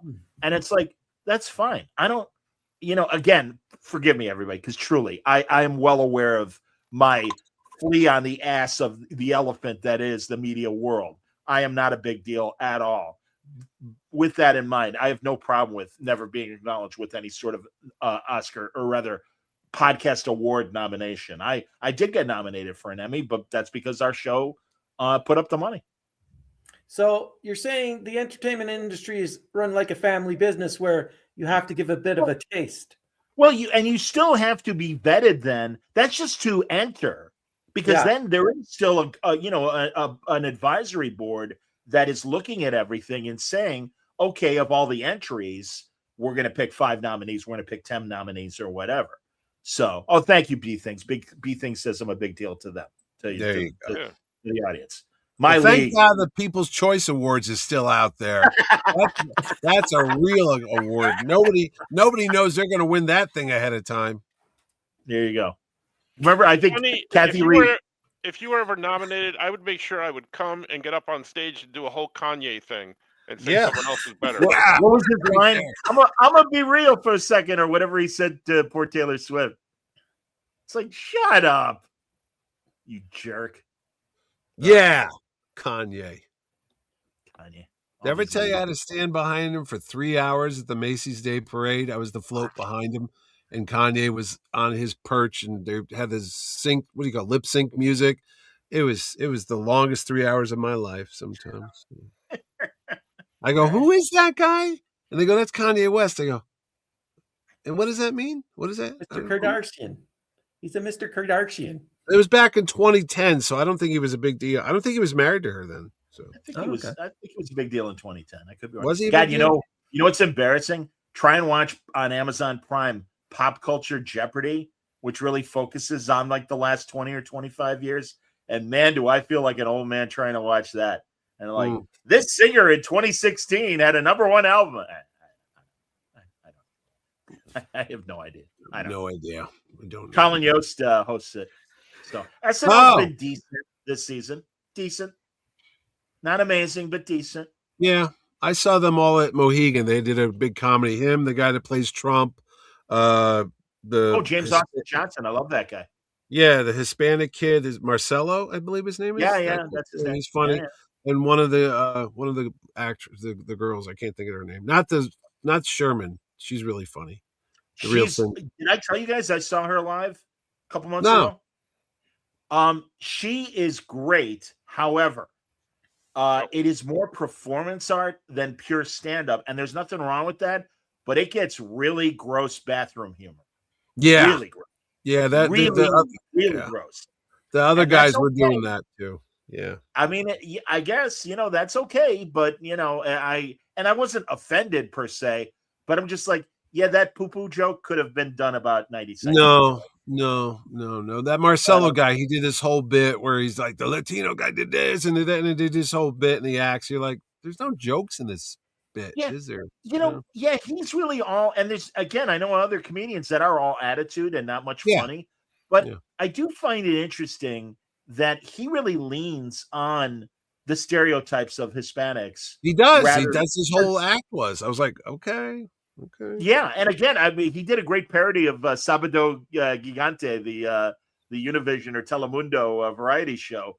But I also know he did, and it pissed me off when Gene Smart hosted, and they did this very funny thing of Lucille Ball wasn't the original I Love Lucy star. It was going to be this Broadway woman. And Marcello was going to play Desi, and he wouldn't do the Desi Arnaz. He's like, well, that's stereotypical. And it's like, 90% of your act is stereotypical. Really?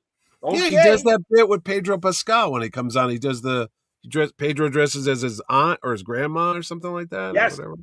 Yeah. Well, even when they were on the date with two American women and they were talking in code to each other in Spanish, that was very funny. Like the Bridesmaids thing, like he does that thing with the Bridesmaids, isn't it? Right. Domingo. Yeah, that's the character. I don't understand why he gets the love, because really it's the women that are carrying off-key humor of singing off-key and everything. And it's like, oh my God, Domingo, that's so funny. And it's like, no, the bridesmaids are funny, not Domingo. No. Okay. Whatever, kids. Whatever floats your boat. Yeah, I don't know. Oh, that's funny. B Thing. I believe this is the title of B Thing's new autobiography. I get all my pop culture knowledge from the Oh Yeah podcast. There you go. There you go.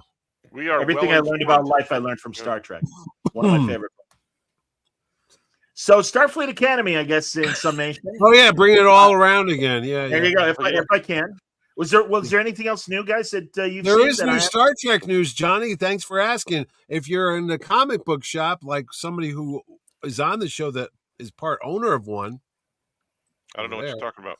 Anyway, there's two omnibuses and a library edition out there. It's the Strange New World. They call it an omnibus, but it's the thinnest omnibus I've ever seen. It's only 200 pages, and it's the IDW brand, and they collected all the I think there's 4 or 5 Strange New Worlds miniseries.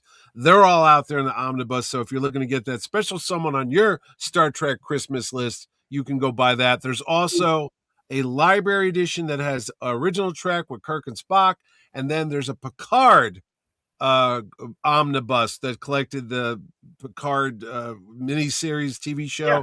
They did some spin-offs of that. So all 3 of those are out right now. And if you're a complete dork like Wayne and I, and you went out on midnight and bought your Star Trek Enterprise D Lego set, you got a shuttle pod with it. And I actually fought with the man at the Legos thing, and I said, I go, no, it's called a shuttlecraft, son. And he goes, I beg to differ, sir. It says shuttle pod on the box. And I go, what?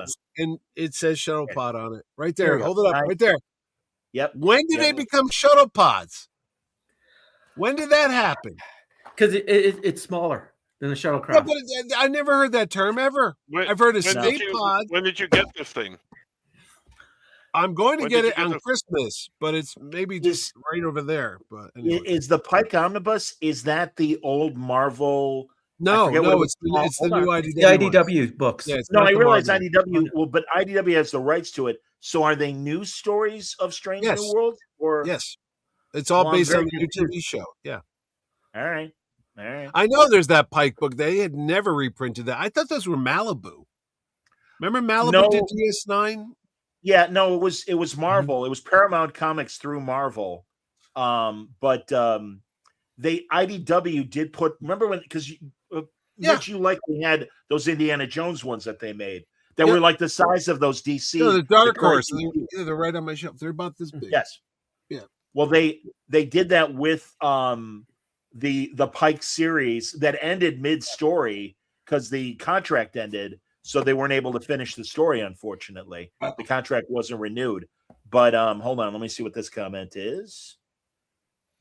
And I think the thing that Scotty and Kirk take to the Enterprise in the most picture is called a pod. That little thing was a pod. Yeah, it was like a 2-man thing that docked with it. That's not a shuttlecraft.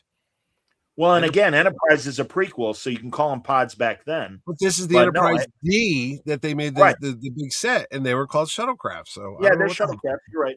But speaking of IDW comics, my good friends Jackson Lansing and Colin Kelly are killing it on, ladies and gentlemen, Starship. That's a good book. Star Trek: The Last Starship. Fantastic. Good book. And fantastic. Red Shirts is another good one too. Red Shirts. There's a lot of good Star Trek comics out there. But if you don't know Last Starship, and I'm assuming if you listen to Word Balloon, you do, it's right after the burn.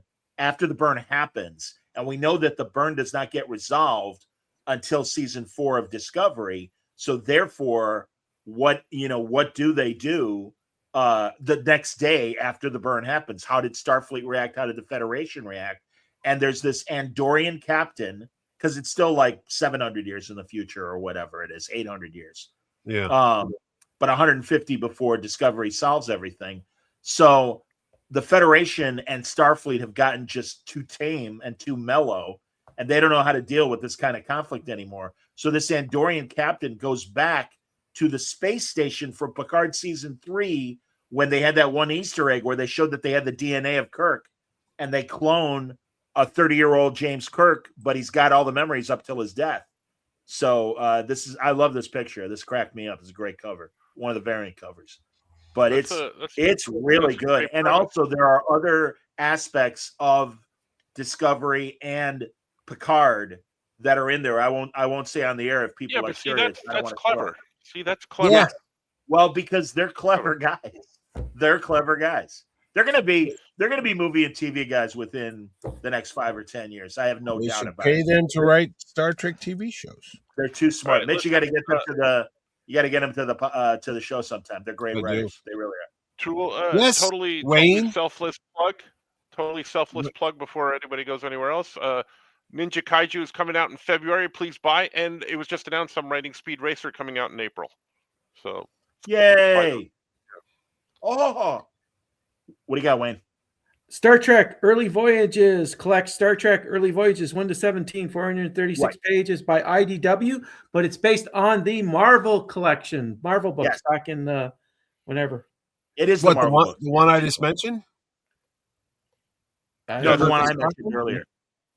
Star Is it Trek the Early book? Voyages is the that's the song. I don't know if that's the omnibus. No, that no, is that's out. not the same. No, the Pike, the Early Voyages with Pike, Yeah, set 10 years before, is a Marvel book, not an IDW book. right. But they also have IDW also has a Pike series too. Yes. Yes, one of the current writers of the TV show, he's writing on season 4, is writing the current miniseries of Strange New Worlds, and also the Bridges, a very sweet couple that I had on the show. They are writing a Voyager book called Homecoming, and it literally the story starts minutes after Voyager Endgame, that final episode, and Starfleet, comes on their bridge and stuff, and they're back in the Alpha Quadrant, and then things happen. B Things wants to know if I've ever interviewed Heather Antos. It's been a while, but believe me, it's in the works to talk to her in 26. No, IDW is thrilled with how much coverage I give their Star Trek comic books, and they're like, you can talk to everybody. I'm like, believe me, I intend to, and that's why Cantwell's been on a few times, and Lansing and Kelly have been on a few times, and Robbie Thompson is the name of the Strange New Worlds television writer that's writing the current Strange New Worlds comic book, and Susan and Tilly Bridges are doing the Voyager book. Good stuff, kids. Very, very good. That's about it. Yeah, we can wrap. What do you got? Wait. Thanks. More plugging for Franco. Look at that. Don't forget. Ooh, greatest little luchador on my website. It's true. Look at Yes. that. And Jake Speedy 10. Yes. yes. Look at that. Yeah, Jake Speedy You 10 is got currently out. to sit for the audio audience, kid. Don't forget that. Oh. I'm saying it. I've been Well, this is Franco talking about. I've been busy apparently. Wayne is holding up 2 books, both written by Franco for the visually impaired right now. I'm holding up a bobblehead that Is that you? it is me. Look at that. Oh my God. Wait. Pull it back It's got from the, blurry yeah. blue. There you go. Yeah, that's it. That is not your body. What if Wayne is having No, what if the he's body having- is not, but the face is. Look at that. Yeah, but also kind of just like Mitch's regular body, his head is too big for his body. It is. It is. You're talking about the one on my shoulders, not on my shaft, right? Because that's Yes, I am. bulbous. I'm No, very. that's right, Richard very- Roundtree. I am talking about I've got your a lot actual of body. girth going on down there. There's a lot of They don't call me visual shaft for information. nothing.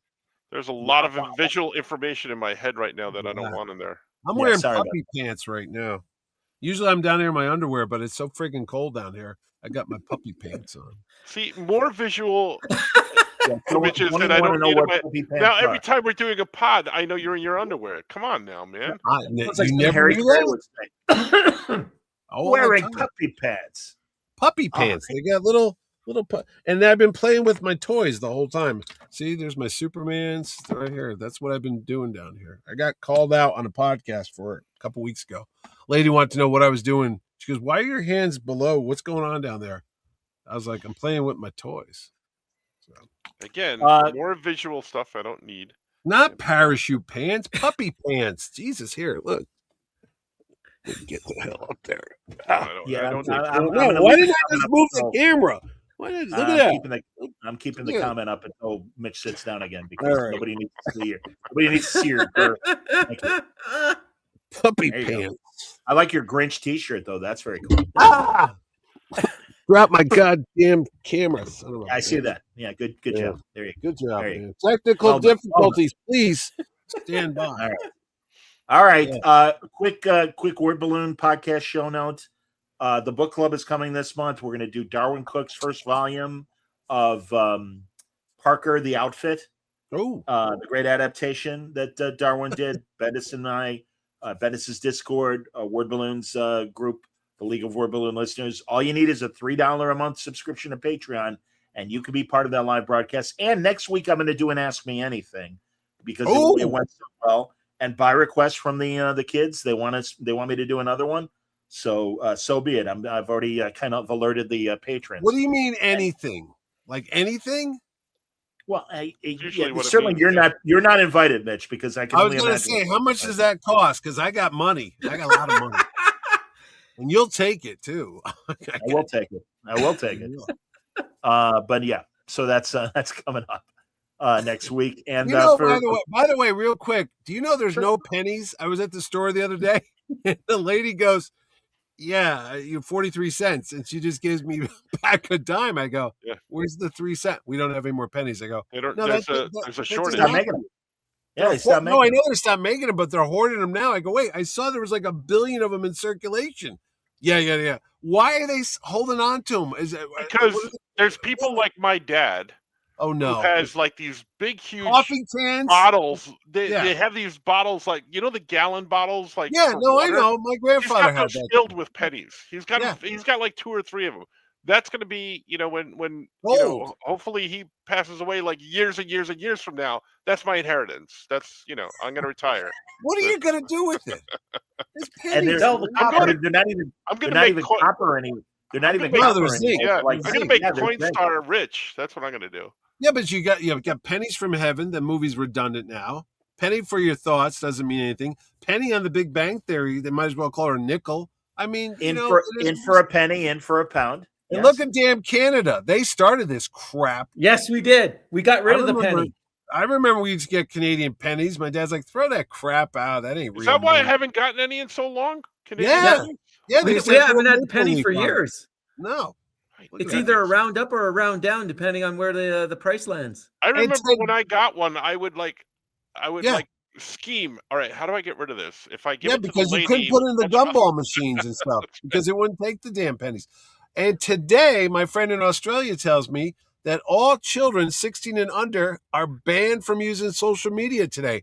I said, how are they going to pull that off? And he goes, well, you have to have an app and you have to put your birth date in. So they just turn it off if your birthday they don't lie in Australia. You can't say, I was born in 1967. No. But then, apparently do not. the parents get in trouble or something like that? What The happens? parents get fined if they. That's just. Look. All due respect to Australia, I love them and their koalas and stuff, but that's kind of nutty. Just the koalas. They're All of coming them into and your the koalas. house and like, hey, your kids use the internet, you're getting fined. I mean, it's a little Orwellian. 84 and even when they had the COVID, I remember talking to my buddy. He goes, "Oh, we're only allowed out of the house for 45 minutes a day." And I go, "What happens if you're out for 46?" Well, then you'll get reported. I mean, everyone had to do what they had to do during the COVID, but it was a little extreme over We were there. living in the buddy. village. Finally, that's all I have to say. Oh, I don't know, but All right. There you social go. media. Then you could go to a movie now, Johnny, because the kids won't be on their damn phone during the movies. Because they do that here. They text during the whole friggin' movie. Oh, I I'm go, aware. hey, ADHD kid, put the phone down and watch the big screen. That's why you're here. Why what are we doing? Take your Ritalin. They sit there, literally, the light from the. I can't look at the movie because I'm like a moth. I keep looking over at the friggin' light. I go, could you turn that down or maybe go in the back? Because it's very distracting. And they're like, shut up, old man, or I'll cut you.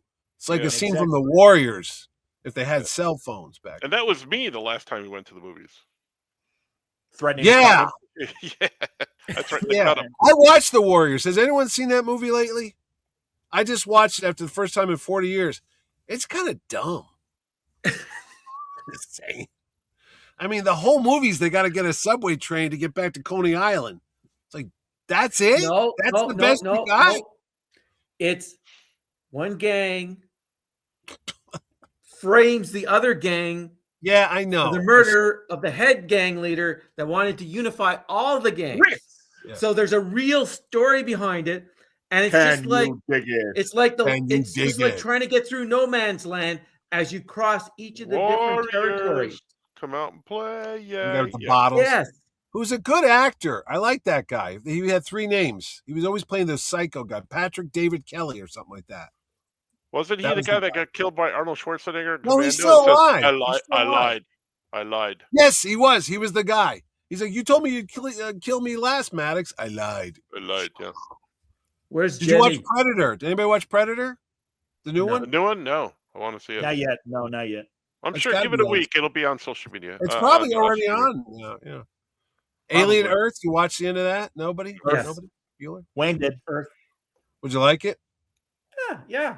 It'd be interesting to see. Did it get picked up for season 2? I don't know. Mm. I assume it did. I hope so. Kind of ended. But somebody asked Oh, before, what science fiction movie can we recommend? I said Troll. I guess that's Yes, you did. Sunshine. Yeah, we do. We named some, and we put that comment on the air. We put yeah, I that know. comment. Well, somebody Well, was I'm just depending saying. on us. No, the what was I going to say? Tulsa King. I watched the finish to season 3 of that. It was all right. I just thought it kind of, but I guess they weren't sure again because Paramount was in kind of up in the air where it was going to go. They weren't sure if they're getting a season 4. They are because they kind of left James Russo's character unresolved. The New York boss. Yeah, and so I would imagine he's coming back for season 4. the guy who killed his dad, the bald guy, right? No, that guy got killed. Well, who are you talking about? James Russo. If you I remember, didn't finish the 3rd season yet. So what? Okay, well, James, I'll tell you who James Russo is. James Russo is in Beverly Hills Cop, and he's Eddie Murphy's friend, Mikey, who gets killed at the beginning of the movie. Yeah, I know that was 40 years ago. Yeah. Well, he is now 40 years older, and he plays the mob boss that replaced the bald guy whose dad he killed his dad. Oh, okay, yeah. Now, I know who you're talking about now. All right. So he's the new New York boss, and again, he, hey, I want a taste of what you're making in Tulsa, and Stallone's, I made my own bones in Tulsa. You don't get any of my money. So season 3 is good, and Robert Patrick is your bad guy in season. Robert Patrick is very good. And Tulsa King is the reason why Frank Grillo didn't dye his hair for the Peacemaker. Yes, correct. Yep, correct. Because he's still in it. Mm-hmm. But it's good. No, it's a good show. It's. I mean, and I don't mean this is a negative. It's redneck Sopranos in the best way. Pretty much, yeah. It's Did you watch just Landman? Are you watching the other one with Billy I like Bob? Landman. Landman, I am watching actually. Very good. Very He's good. good. Oh, you know who's great in that? Ollie Lauder. Shoot. Oh my gosh. Yeah. Right. And then what's the other one he owns? Mayor of Kingstown or Hightown. I haven't watched that one yet. Yeah, that's Jeremy Renner's show. Yeah, I've seen the first 2 seasons. I haven't watched the last season yet. Yeah, I like Elsbeth. I watch that just as a popcorn, don't have to pay a lot of attention to it type thing when I'm in the studio. And I want to watch Matlock because I've heard good things. I saw the first episode, but I haven't watched what it is. Yeah, it's all right. Carrie Preston from Elsbeth, my dear friend Susan, who lives in New York, is really good friends with Carrie, and they're actually working on a project outside of Elsbeth. But she's really excited because all the buzz about Elsbeth just means that their project will likely get greenlit. Do you know Michael Burnham is on the spinoff of Blue Bloods? Blue Bloods, right? Yeah. She's solving crimes by herself. She doesn't need that Marky Mark's little brother there. Is she crying? Is she crying? crying? I was going to ask, is she crying? I saw her on one of those CBS This Morning talking about the show, and I go, "Oh, it's Michael Burnham," and I go, "I can't." So I didn't like her on Walking Dead. I liked her on The Walking Dead. It's just, I can't think of her name. I look forward when I hit my 70s and people look back at this period of Kurtzman Trek and what the final assessment is. And I think we're going to be proven that we're on the right side of this of going, yeah, not that good, not memorable. It's not. I just don't see it. I mean, will MeTV add that to their Star Trek mix of 6 nights a week Star Trek? I don't think so. Does Lower Decks count as his too? Yes, it does. And I'll even ironically, it is the 2 animated shows are the best things that were made, and he had the least involvement in both of those. Guys, I'm telling you, I took my time with Prodigy, and I'm still not done with that final season. I got till the end of the month before it goes away on Netflix. It's great. Every episode, I'm like, they did it again. That's another good episode. I mean, they're back with Chakotay, as already was said. I'm waiting for section 31.5 to come out. Keep waiting. For those people that are with the Anne Rice crowd, I've been enjoying the Immortal Universe that's on AMC. And the last one, I had to actually look this up because it's the Talamascara. Scara. No, there's no R. Talamascara. Talamaska. Tiramisu? Secret Order. It deals with the people that watches the different immortal creatures like the vampires, the werewolves. So it was a 6-episode series. It was pretty interesting, dealing with the internal workings of that order and how they're just as dysfunctional as any other government bureaucracy. Who's in that? Okay. Oh, hey, you're looking it up. Isn't today Dick Van Dyke's 100th birthday? It was coming up. I'm sure. I think the party was like a couple days ago or something like that. I hope he doesn't do a Betty White. I hope it's not a surprise party. Surprise! Terrible. No, it's not. Carol Burnett was on there with him. The only name. Oh, the 2 names you'd recognize is Elizabeth McGovern and William Fichtner. And who afterwards? William Fichtner. Oh, okay. That guy. He was always the bad guy. Yeah. And guess what? He is again. Elizabeth McGovern was great in Ragtime. Remember her? She had the beautiful green eyes, red hair. She's great in Downton Abbey. Yeah, she's great in Downton Abbey. Oh, she's in Downton Abbey now? I don't watch that. Well, it was. Yeah, the last movie just came out. Yeah. When is the Doctor Who thing coming out? The Peter Davis thing? Wayne, I'm so glad you mentioned that because the Brits are getting it now. Okay. But we're not getting. They have not scheduled it for America. The war between the land and sea, or the earth and sea, I forget, land and sea, and it's a unit story. If people don't know, and that shows you how little regard Disney has for this thing. They haven't even scheduled it. No, this is the first Christmas sometime in 26. There's no Christmas Doctor Who or New Year's Eve this year. I'm like, come on, not till next year. We won't know what Billy Piper means until next year. What do you mean? Another thing. That's 2026 or 2027. Yeah, Christmas of 26 is when it'll air. And again, here's another big problem with AI. Some jerks were out there and they faked photos of Paul McGann, the Fox movie doctor, the 8th Doctor, with Billy Piper. And it was a modern picture of McGann and a modern picture of Billy Piper. They're like, look, exclusive pictures from the set. And it's like, yeah, Russell Davies hasn't even written the show yet. I mean, he's on record saying, I haven't had time to write it yet. I was too busy with the war between land and sea. Some of that stuff looks damn good, man. I saw an X-Men shot, and I thought it was legit. It had Rebecca Romaine and, Patrick Stewart, and it said, from the set of Doomsday. I'm like, oh! And people were putting it on the internet, and then I see this was AI generated. I'm like, son of a bitch, it looked real. So, some of the hold on, Wink. Some of the YouTube shows that are pro Doctor Who and pro everything they've done are finally coming around and going, yeah, something, those 2 years for Disney, they really blew it. And in fact, Chemdog said the 14th Doctor, the second version of David Tennant, is still around. Yeah, that's the problem. They made regeneration ordinary. Yeah. And it kind of sucks now. And everything that was special about Doctor Who, they've taken it away. But those pictures, like I said, those are fake pictures. But now I hope for the best. But you know what's great? We can't call the Sea Devils anymore because supposedly that's racist. They don't exist. You're trying too hard. Are you literally? That was Russell Davies. It's like we call them Aqua Sapiens now. We don't call them Sea Devils. Bullshit. That's racist. And it's like, will you calm down? My God, Do you ever think they do? They ever do nobody's this to blame.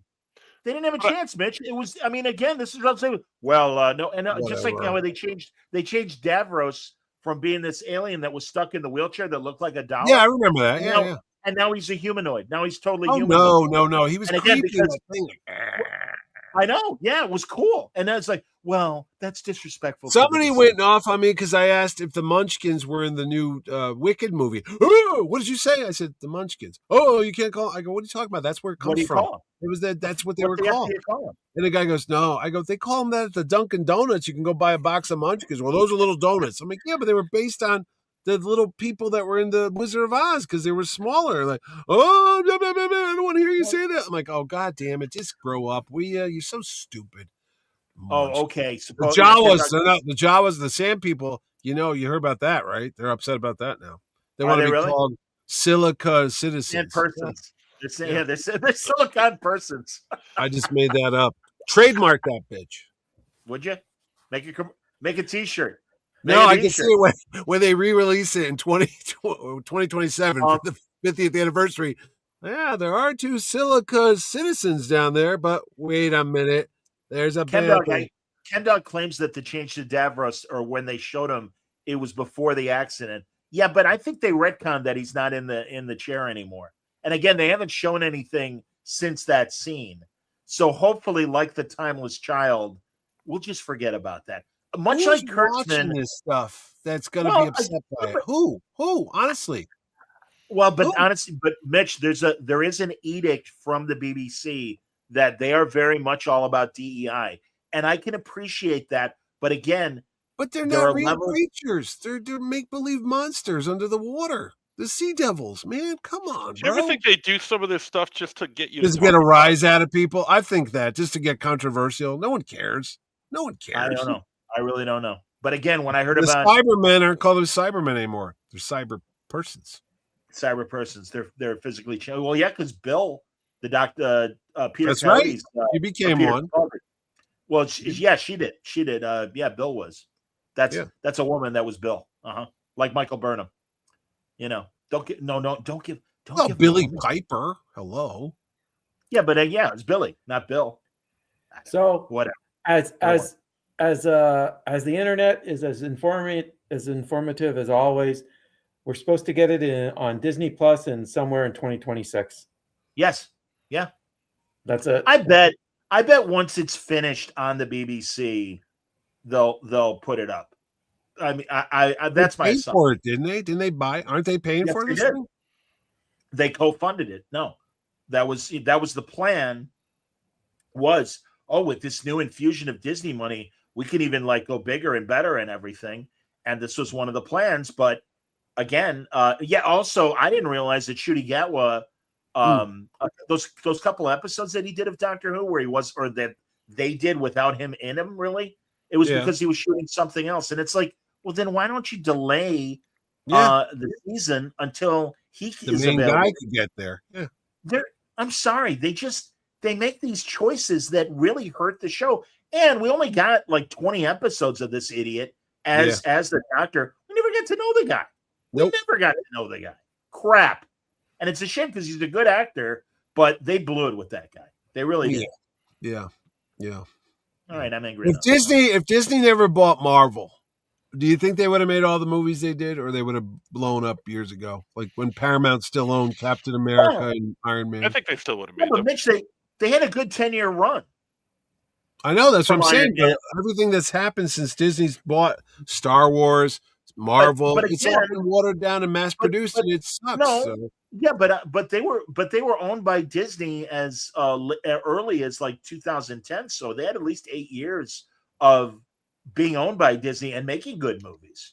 I think it was whatever. I think it was partially DEI. And I think they just wanted more cookie cutter. I think they were like, "Come on!" When they started saying that with Star Wars, we're going to do 2 Star Wars movies a year. I go, "Oh no! That's you don't do that with Star Wars. One every couple years. That's it. Nope, we got a Han Solo. We got this. We got that. I'm like, and it just was. It wasn't special anymore. It wasn't special. Ken Doug's right. They were like, "Oh, with Ncuti Gatwa, we're going to have a whole new direction for Doctor Who. You don't need to know anything." And then they bring back Sutek, who's in Tom Baker. And Omega, and you forgot about the Ronnie as well. And it's like all these new kids. Who? What? What does that mean? What is that? And crap writing.